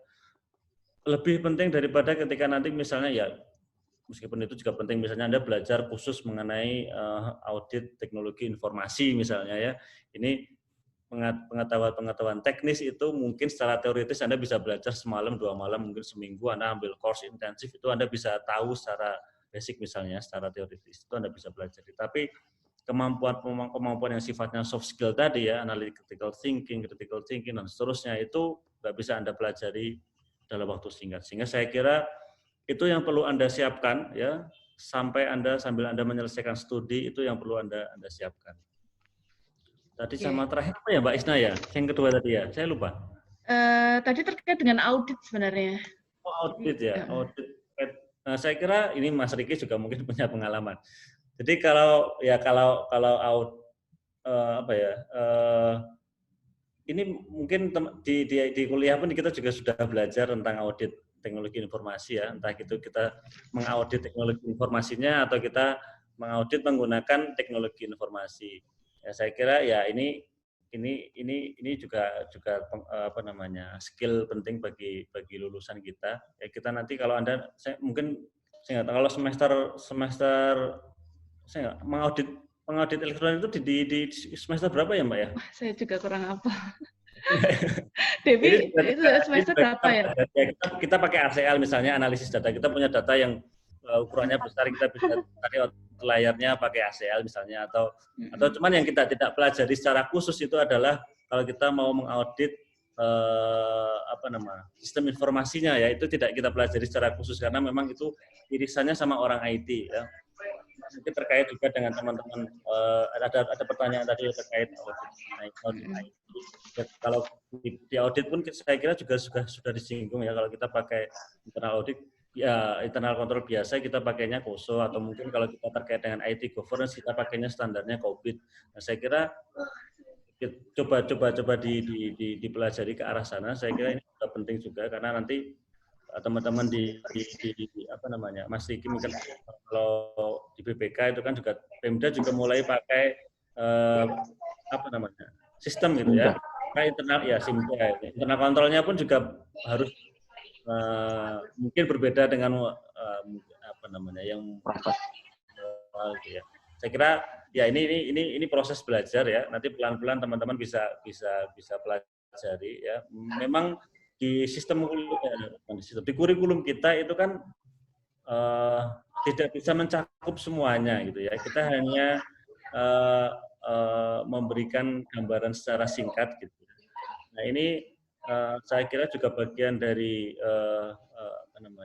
PR teman-teman bahwa kita jangan menggantungkan sepenuhnya itu kepada kurikulum kampus. Gitu. Teman-teman sekarang punya akses informasi yang tidak terbatas gitu ya. Anda bisa belajar seluas-luasnya ya, sesuai dengan minatnya ya. Jangan hanya wah ini nggak diajari di kampus kemudian Anda membatasi itu untuk belajar yang lainnya. Saya kira tidak gitu ya. Silakan Anda bisa searching ya. Anda pun sekarang ada YouTube itu Anda bisa belajar ikut kuliahnya di FIU gitu ya, di Yale, di MIT itu semua disiarkan gitu ya. Anda bisa seolah-olah Anda ikut kuliah di MIT. Nah, Anda bisa lihat sebenarnya kuliah di MIT itu seperti apa gitu ya. Sehingga Anda bisa tahu gambaran. Jangan sepenuhnya kita mengandalkan kepada itu. Karena kita memang ada banyak keterbatasan budaya, keterbatasan infrastruktur. Saya kira begitu, Mbak. Oke, terima kasih. Kemudian mungkin ini juga menjawab pertanyaannya Rohmat ya, yang menanyakan gimana caranya kita bisa melatih critical thinking dan analytical thinking kita gitu ya. Jadi tadi sudah terjawab sama Pak Taufik, intinya ya kalau kita belajar tuh nggak cuma sekedar kita disuruh ini nih, ditulis ini gitu ya, tapi di balik itu tuh logikanya gimana gitu. Itu yang mungkin perlu ditekankan ya Mas Taufik ya. Jadi nggak di kelas tuh kita nggak cuma sekedar ngerjain tugas seperti biasa ngumpulin gitu ya. Jadi artinya kita nggak cuma sekedar ya itu memang paling gampang sih gitu. Tapi artinya gini, kita nggak mungkin menekankan Mas Taufik tadi, kita nggak cuma sekedar mengerjakan tugas gitu ya, debit kredit, tapi konsepnya itu gimana gitu. Jadi artinya kalau kita memahami konsep itu mau diaplikasikan ke instansi yang berbeda gitu ya, lingkungan bisnis yang berbeda pun kita sudah paham gitu. Kita tinggal adaptasi gitu ya. Mungkin tadi sudah terjawab juga pertanyaannya Rohmat gitu, dan itu proses yang terus-menerus ya. Dan kita jangan cuma menggantungkan kurikulum di kampus kita aja. Aku nggak diajarin begini kok gitu ya. Jadi saya nggak bisa begini. Tapi itu tadi ya insight dari Mas Taufik dan Mas Riki bahwa coba cari tahu lebih banyak lagi, dan sekarang era teknologi sudah semakin maju gitu ya. Terus kemudian Oke, misalkan ada pertanyaan dari Budi gitu ya. Jadi masalah keamanan data keuangan gitu ya. Saya harus ikut pelatihan dan mata kuliah apa gitu ya mengenai masalah keamanan data gitu ya. Kemudian caranya bagaimana? Tuh ya. Jadi untuk sekarang kan basisnya IT gitu ya. Kemudian untuk keamanan data itu bagaimana? Saya harus belajar di mana gitu ya. Terus kemudian itu tadi Budi. Kemudian yang kedua ada pertanyaan yang nyambung ya dari Syafrizal dan Lanang. Jadi yang pertama, kalau kita sebagai startup gitu ya, kita mendevelop sistem gitu ya, itu apakah bisa gitu ya? Mendevelop aplikasi misalkan tentang keuangan gitu, pencatatan keuangan. dan kita bisa menyerap lapangan kerja. Artinya akuntan itu juga bisa sebagai entrepreneur, gitu ya. Kemudian kalau kita mendevelop aplikasi itu, apakah harus minta izin ke instansi keuangan? Izinnya kemana, gitu ya? Itu pertanyaan kedua. Mungkin itu dulu ya, Mas Taufik. Atau satu lagi nyambung juga Vanessa. Vanessa tuh tanya, kalau tadi kita lebih spesifik ke kompetensi akuntansi, ada juga pendapat yang mengatakan kita jangan terlalu spesifik ya, tapi kita juga harus generalis gitu ya. Kita punya banyak ilmu di bidang lainnya. Nah, itu kira-kira pandangan Pak Taufik gimana? Perlukah ilmu lain yang memang harus kita pelajari atau sebenarnya kita mau jadi spesialis atau generalis sih gitu lah. Mungkin 3 itu dulu. Tadi yang pertama masalah keamanan data, yang kedua masalah startup develop aplikasi pencatatan akuntansi, kemudian yang ketiga masalah itu tadi ya, spesialis atau generalis? Ya, ini pertanyaan bagus gitu ya. Saya kira juga nanti mungkin perlu tidak bisa satu sisi dilihat gitu ya. Mungkin kita lihat satu yang pertama dulu ya, terkait dengan apa, keamanan data ya. Ya ini saya kira juga disinggung di mata kuliah SIA sama SIM gitu ya. Di SIA sama SIM itu kita bicara internal control ya. Internal control tuh ya apa namanya ya, aspeknya banyak sekali gitu ya, aspek human-nya, kemudian aspek teknisnya, pemisahan dan seterusnya gitu ya, pemisahan tugas dan seterusnya, ada banyak aspeknya. Nanti silakan teman-teman pelajari. Tapi kalau kita bicara tentang teknologi informasi ya, keamanan data ya, nanti Anda bicara tadi sudah saya sampaikan, misalnya Anda bicara IT governance itu terkait dengan pengamanan data gitu ya. Anda bicara standarnya itu bicara COVID gitu. Anda bisa lihat nanti ya banyak hal yang bisa dilihat ya, itu terkait misalnya tadi internal kontrolnya seperti apa kalau menggunakan ini apa namanya IT, kemudian resiko, manajemen resikonya seperti apa, karena kan ini saya kira juga peluang gitu ya, karena kalau Anda melihat Pemda gitu ya, Pemda itu sekarang sudah mulai bertransformasi menggunakan teknologi informasi. Tetapi pengamanan datanya, ini saya bicara Pemda secara umum gitu ya, dan juga mungkin institusi pemerintah, ya, itu mereka belum mengikuti standar-standar untuk pengamanan data. Jadi misalnya mainlah misalnya ke apa namanya ya, ke saya itu mungkin kalau Pemda sangat parah gitu ya. Kalau Anda main ke bandara lah misalnya, ke bandara itu, ini contoh sederhana ya, ke bandara kemudian Anda bisa dengan mudah mendapatkan kabel atau routernya yang ada di akses data ya. Di situ Anda dengan berserakan gitu ya, ada router, Anda secara fisik itu bisa mengakses router itu gitu ya. Nah ini kalau Anda bicara standar IT governance ini sangat lemah sekali ya. Orang luar itu ya itu bisa dengan mudah mengakses secara fisik routernya. Ini sebenarnya celah bahwa ini data, pengamanan datanya sangat lemah. Artinya apa ya? Ini banyak aspek, kita nggak bisa jelaskan dalam satu hari mungkin gitu ya. Artinya ini peluang bahwa sebenarnya kalau nanti Anda mempelajari ini itu akan sangat bagus sekali, khususnya untuk institusi pemerintah, baik itu BUMN gitu ya. Anda kalau main ke bandara luar atau mungkin ke kantor kita bicara ya negara maju gitu ya, atau perusahaan negara maju, Anda nggak akan menemukan kabel internet atau kabel apapun itu kelihatan fisiknya gitu ya, atau bahkan mungkin Anda mau mencari-cari ini sebenarnya kabelnya di mana gitu ya, sangat bersih gitu. Karena ini sebenarnya pengendalian secara fisik gitu ya, satu aspek saja. Apalagi Anda main ke Pemda, itu Anda bisa menemukan dengan mudah kabel internet gitu ya, mungkin juga di kampus kita juga itu kabel internet itu Anda kalau mau menakal gitu ya, Anda bisa masuk ke situ, Anda merubah nilai di siakat pun nanti mungkin bisa gitu ya. Artinya ini contoh sederhana bahwa kita itu pengendalian datanya itu sangat lemah, khususnya untuk institusi pemerintah. Nah ini Anda saya kira juga peluang sekali, jadi Anda perlu Anda ingin memperbaiki gitu ya, institusi pemerintah itu masih banyak ruang untuk diperbaiki.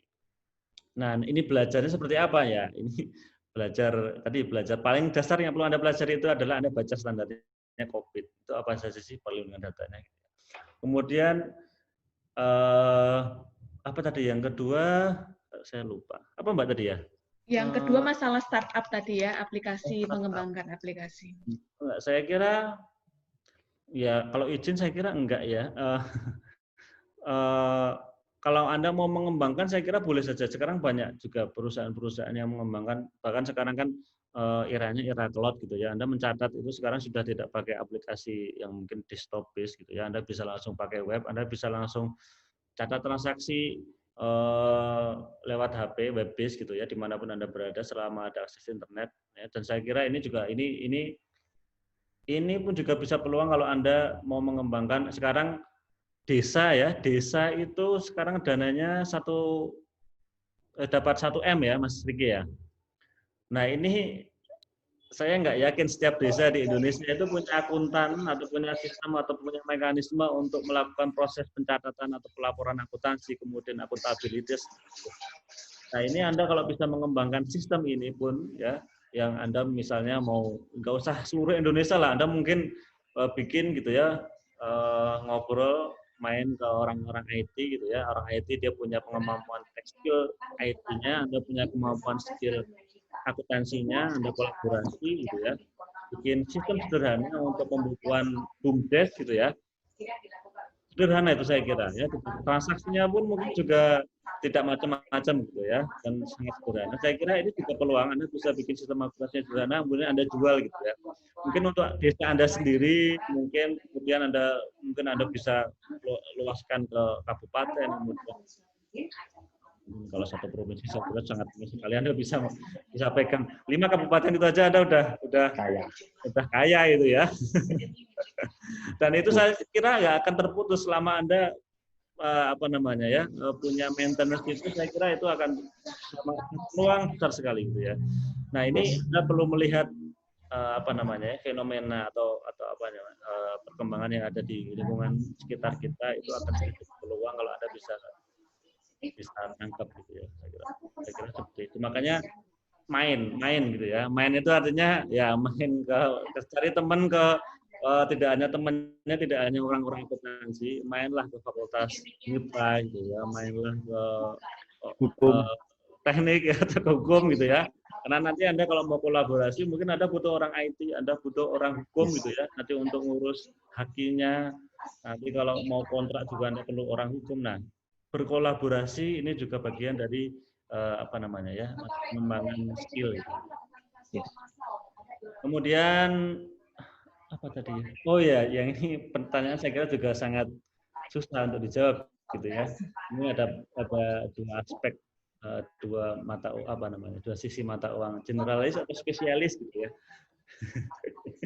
Ini pilihan hidup sebenarnya. Kalau saya pribadi ya, karena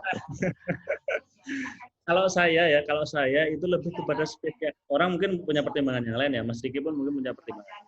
Karena spesialis ya, kalau kita bicara spesialis itu orang yang semakin spesialis itu semakin dihargai ya.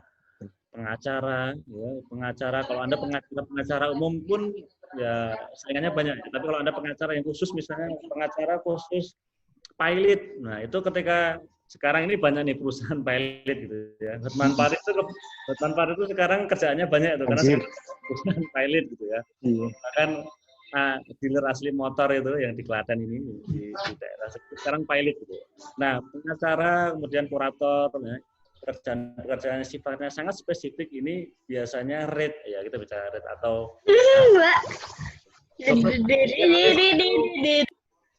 tarifnya lebih tinggi daripada dokter umum gitu ya. Anda bisa lihat contoh sederhananya seperti kira-kira kalau kita bicara ekonomis ya, kita nggak bicara aspek yang lain, tapi kalau pertimbangannya ekonomis ya, economics itu Anda bisa lihat ya dokter umum sama dokter spesialis seperti apa. Kalau kita bicara adaptif, saya kira tidak sepenuhnya orang yang spesialis itu dia tidak adaptif gitu ya. Saya kira ya spesialis itu saya kira ya di dalam kondisi apapun kita khususnya akuntan kita akan tetap ya kemampuan adaptif itu kan orang masing-masing ya, tapi tidak akan itu juga pengaruhnya tidak terlalu besar gitu ya ketika ada perubahan yang sangat besar atau disruptif. Tapi itu pandangan saya pribadi ya. Saya mungkin orang punya pandangan yang lain. Cuman memang kalau Anda lab ini sekarang, kalau mahasiswa itu mungkin masih generalis. Artinya apa? Supaya kita punya pandangan bahwa akuntansi itu luas. Anda bisa masuk ke forensik, Anda bisa masuk ke pajak, Anda bisa masuk ke Pemda, Anda bisa masuk ke IT misalnya. Ya. Banyak ya, artinya itu kemudian pilihan. Apakah Anda bisa masuk semuanya? Saya kira enggak. Gitu ya. Ada tanya tentang pajak ke saya nggak tahu sama sekali gitu ya. Anda pajak tanyanya ke siapa? Ke Pak Eko gitu. Atau ke Mas Taufik gitu ya. Atau mungkin yang lainnya gitu ya. Akuntansi biaya tanyanya ke siapa? Yang ahli misalnya Bu Ani. Saya kira kemampuan spesifik itu masih sangat relevan untuk kita itu ya Mbak. Oke. Mungkin nyambung juga mengenai masalah spesifik ini juga ada pertanyaan dari Ahdan, kalau nggak salah ini Ahdan. Menurut Pak Taufik, apakah sertifikasi masih relevan untuk masa depan? Misalkan mengejar sertifikasi, misalkan JISA, CPA, dan lain-lain, itu masih relevan nggak? Oh iya, sangat relevan sekali saya kira ya. Cuman ya tinggal Anda mau kemana arahnya gitu ya. Anda mau, kalau misalnya Anda mau misalnya bekerja sebagai auditor BPK, ya CPA itu penting tapi enggak terlalu gitu ya. Anda misal pentingnya kalau Mas Riki misalnya certified fraud tadi itu yang jadi sebenarnya ini apapun sertifikasinya ini penting ya. Tidak ada cuman sesuaikan dengan arah cita-cita Anda gitu ya. Anda kerja di Big Four, tapi Anda nyarinya kemudian sertifikat ahli akuntansi pemerintahan, ya bisa, cuman baik tapi nggak terlalu relevan gitu. Tapi yang penting di sini adalah sesuaikan dengan kebutuhan Anda. Anda mau terjun, Anda mau menentukan pilihannya kemana gitu ya. Anda mau ke akuntan publik, maka sertifikasi yang perlu Anda cari itu adalah misalnya diawali dari misalnya CA itu kan, kemudian cari CPA, kemudian Anda mau memperluas Anda punya mau bikin kantor akuntan publik, mungkin juga mau jadi konsultan pajak yang beririsan, Anda bisa pelajari misalnya BKP gitu ya, ambil BKP sertifikat konsultan pajak. Jadi tergantung arah Anda mau kemana, yang mau Anda senangi itu yang mana, itu yang saya kira Anda bisa identifikasi itu. Ya, kalau Anda mau jadi auditor, pilih yang fraud tadi, misalnya audit investigasi. Pilih sertifikasi yang ke arah sana, ya. Dan saya kira semua sertifikasi itu penting. Ya. Ya. Baik, oke, terima kasih Pak Taufik. Kemudian mungkin kita nggak ada satu yang kelewat, tapi ada pertanyaan untuk Pak Riki ya, Mas Riki ya. Mungkin singkat aja karena ini hari Jumat, mungkin yang laki-laki mau persiapan sholat Jumat. Jadi pertanyaannya dari Laili ya, dari Laili. Oke.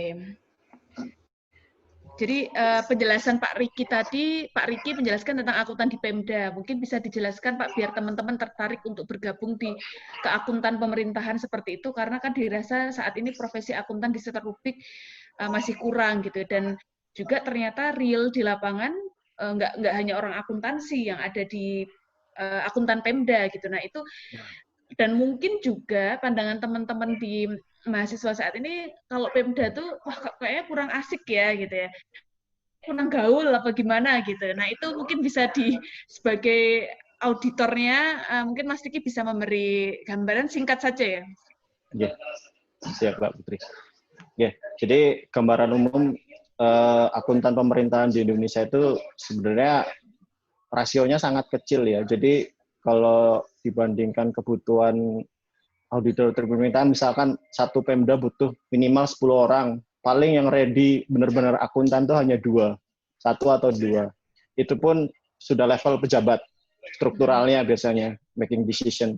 Tapi untuk teknis-teknisnya biasanya ya banyakan non akuntansi. Jadi mungkin juga kembali lagi kenapa akuntansi sektor publik itu, akuntan sektor publik itu nggak seksi ya Mas Taufik sama Mbak Putri, karena mungkin dari kuliah kita memang istilahnya materi yang dimasukkan ke kepala kita itu adalah akuntansi sektor private.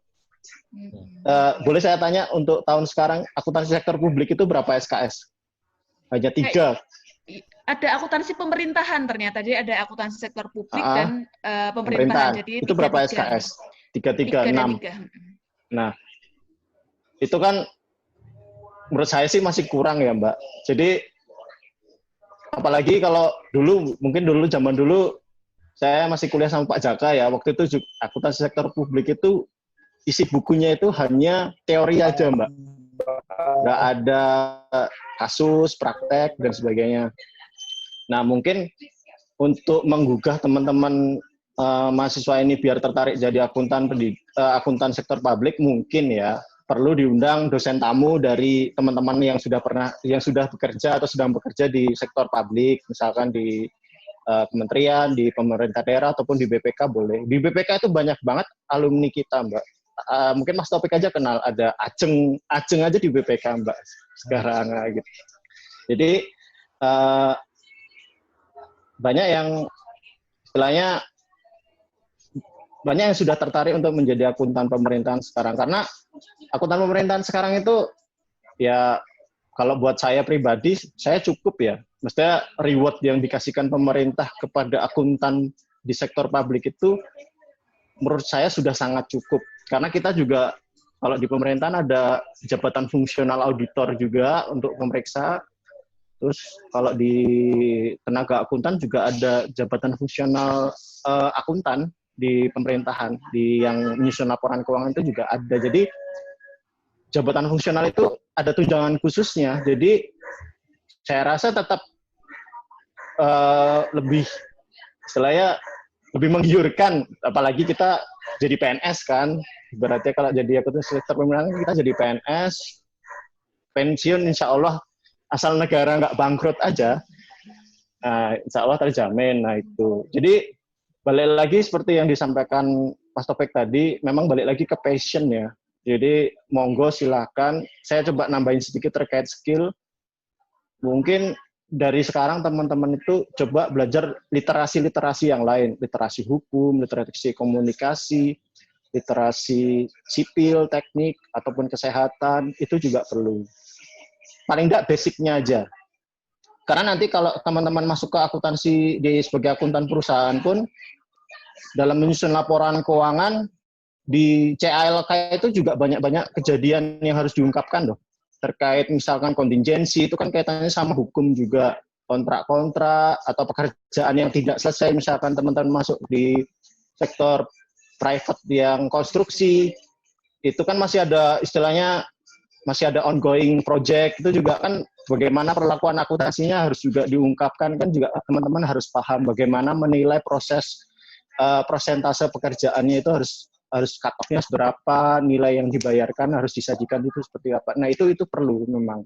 Mulai dari sekarang harus mulai membaca berbagai macam literasi. Jadi tidak hanya stuck di accounting aja gitu. Accounting itu luas banget.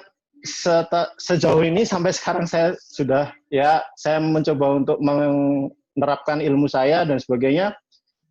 Saya pribadi merasa berkembang jauh sangat banyak, karena siapa sih yang kira seorang akuntan bisa membaca status pasien rumah sakit. Nah, karena saya jadi auditor BPK, saya bisa membaca status pasien rumah sakit. Siapa sih yang bisa ngukur ketebalan aspal? Karena saya jadi auditor BPK, saya tahu jadi caranya ngukur ketebalan aspal itu gimana. Terus ngukur kekuatan jembatan itu gimana, rasionya gimana. Nah itu sangat berguna kalau untuk di bidang saya ya Mbak ya. Apalagi yang forensik. Sekarang saya, seperti kemarin Mas Topik menyampaikan digital forensik. Di unit saya sekarang lagi mengembangkan itu memang digital forensik. Karena di era sekarang tipikor itu semakin canggih. Semua serba digital.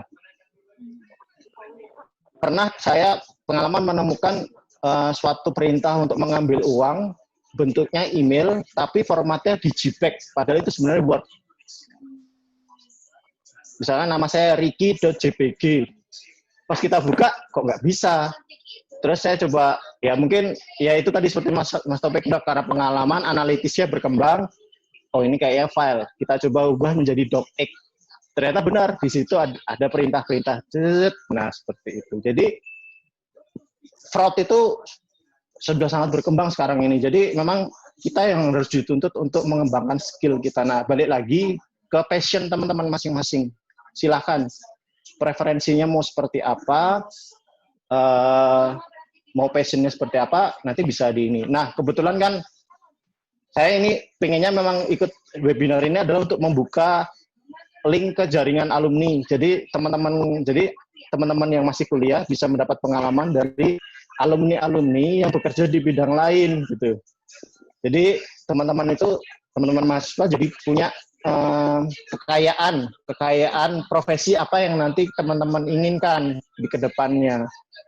Istilahnya jangan sampai stuck atau salah jalan.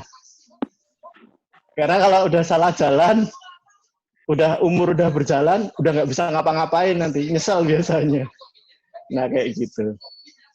Saya pribadi juga, ya semakin lama umur bertambah, saya tidak akan bohong bahwa energi saya tidak akan sebesar saya waktu umur 20. Jadi saya juga sekarang sudah mempersiapkan untuk bergeser menjadi Widya Iswara, untuk menjadi pengajar juga. Karena ya saya rasa saya sudah punya pengalaman audit, saya sudah punya cukup sertifikasi, ya sudah saya goal saya sekarang ya ingin sharing ilmu aja seperti itu. Ya balik lagi ke passion, goals masing-masing silahkan. Nah kalau terkait sertifikasi tadi sangat penting sekali ya teman-teman. Saya ngerasain sendiri waktu kemarin saya sidang di Manado, saya sidang menjadi ahli kerugian negara. Hakim itu percaya semua omongan saya karena saya punya sertifikasi yang mumpuni untuk bisa jelaskan perhitungan kerugian negara yang sudah saya lakukan. Jadi pengacara tersangka pun juga nggak bisa ngapa-ngapain. Dan hasilnya alhamdulillah dengan nilai kerugian 1,1 M, tersangkanya dihukumnya 4,5 tahun.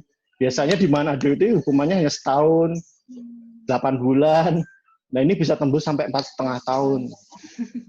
Tuh, jadi pentingnya sertifikasi itu memang sangat penting sekali, baik itu CISA, CPA, CFI, CFRA. Kalau yang lokal tuh forensik tuh CFRA, Certificate Forensic Audit, CFRA yang dipunyai BPKP. Banyaklah sertifikasi. Semakin banyak sertifikasi yang teman-teman punya, itu semakin meningkatkan daya jual teman-teman.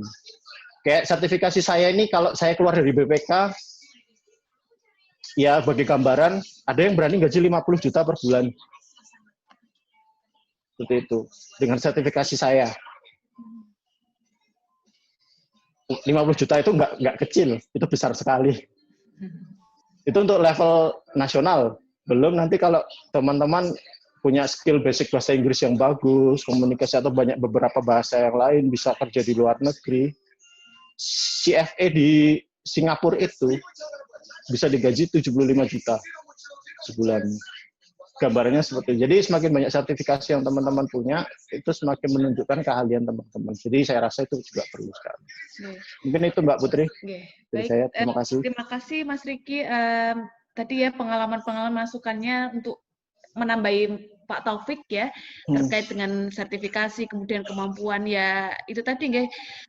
Mungkin kalau saya bisa simpulkan dari Pak Taufik dan Mas Riki juga bahwa kayaknya kita di era yang saat ini sangat perlu ya, kita sangat adaptif sama perubahan ya gitu, karena kalau kita cuman sekedar mengikuti alur aja gitu ya, kayaknya kita bakalan tersapu oleh perubahan itu sendiri gitu ya. Yang penting itu tadi proses tuh kita terus belajar, terus nyari passion kita tuh di mana, kita pengen tadi ya kalau versinya Pak Taufik spesialis di mana gitu ya, itu yang perlu kita gali terus-menerus. Jadi mumpung teman-teman mungkin masih usianya berapa ya, 20-an gitu ya, itu dan masih belajar gitu ya, dalam proses sekolah itu sangat enak ya kalau kita mau explore banyak gitu, karena kalau sudah bekerja mungkin kadang-kadang kita udah sibuk sehari-hari melakukan pekerjaan kita yang repetitif gitu ya, jadi kita jadi nggak bisa explore banyak hal gitu. Mumpung teman-teman masih sekolah gitu ya, itu kesempatan sekali untuk teman-teman banyak explore sana sini gitu ya, walaupun juga sekarang masanya baru pandemi dan teman-teman belajar di rumah, tetap harus punya kegiatan-kegiatan yang positif gitu, jangan cuman tadi ya bangunnya siang gitu ya. Atau bangunnya siang karena sebenarnya semalam belajar sampai tahajud gitu ya. Tidur sebentar baru tahajud gitu ya. Gitu ya. Jadi itu mungkin dari Mas Taufik dan Mas Riki mungkin karena sudah jam 11.15 mungkin sekian ya penjelasan dari Pak Taufik dan Mas Riki. Terima kasih Pak Taufik, Mas Riki juga, dan Pak Lardi dan teman-teman semuanya. Lebih khususnya untuk ke pembicara Mas Taufik, terima kasih sudah sharing mengenai akuntan di era digital. Buat teman-teman juga mungkin sedikit mengkonklusikan bahwa itu tadi ya, bahwa kita di era digital saat ini sangat masih ada peluang dan tetap juga pasti ada tantangan, dan di mana kita mengikuti proses ya, dan perubahan yang sangat cepat saat ini kita juga dituntut untuk juga adaptif dalam perubahan itu, baik dari skill soft skill maupun juga kompetensi yang terkait dengan bidang keahlian kita. Gitu ya teman-teman, mungkin tambah semangat untuk kelasnya karena mungkin Agustus akhir atau September kita udah mulai kelas lagi, jadi bisa lebih semangat untuk menjalankan kelasnya. Baik, saya kembalikan ke MC, matur nuwun Mas Taufik, Mas Riki, dan teman-teman HMJA serta teman-teman semuanya. Terima kasih. Terima kasih, Mbak. Baik, terima kasih saya ucapkan kepada Ibu Isna yang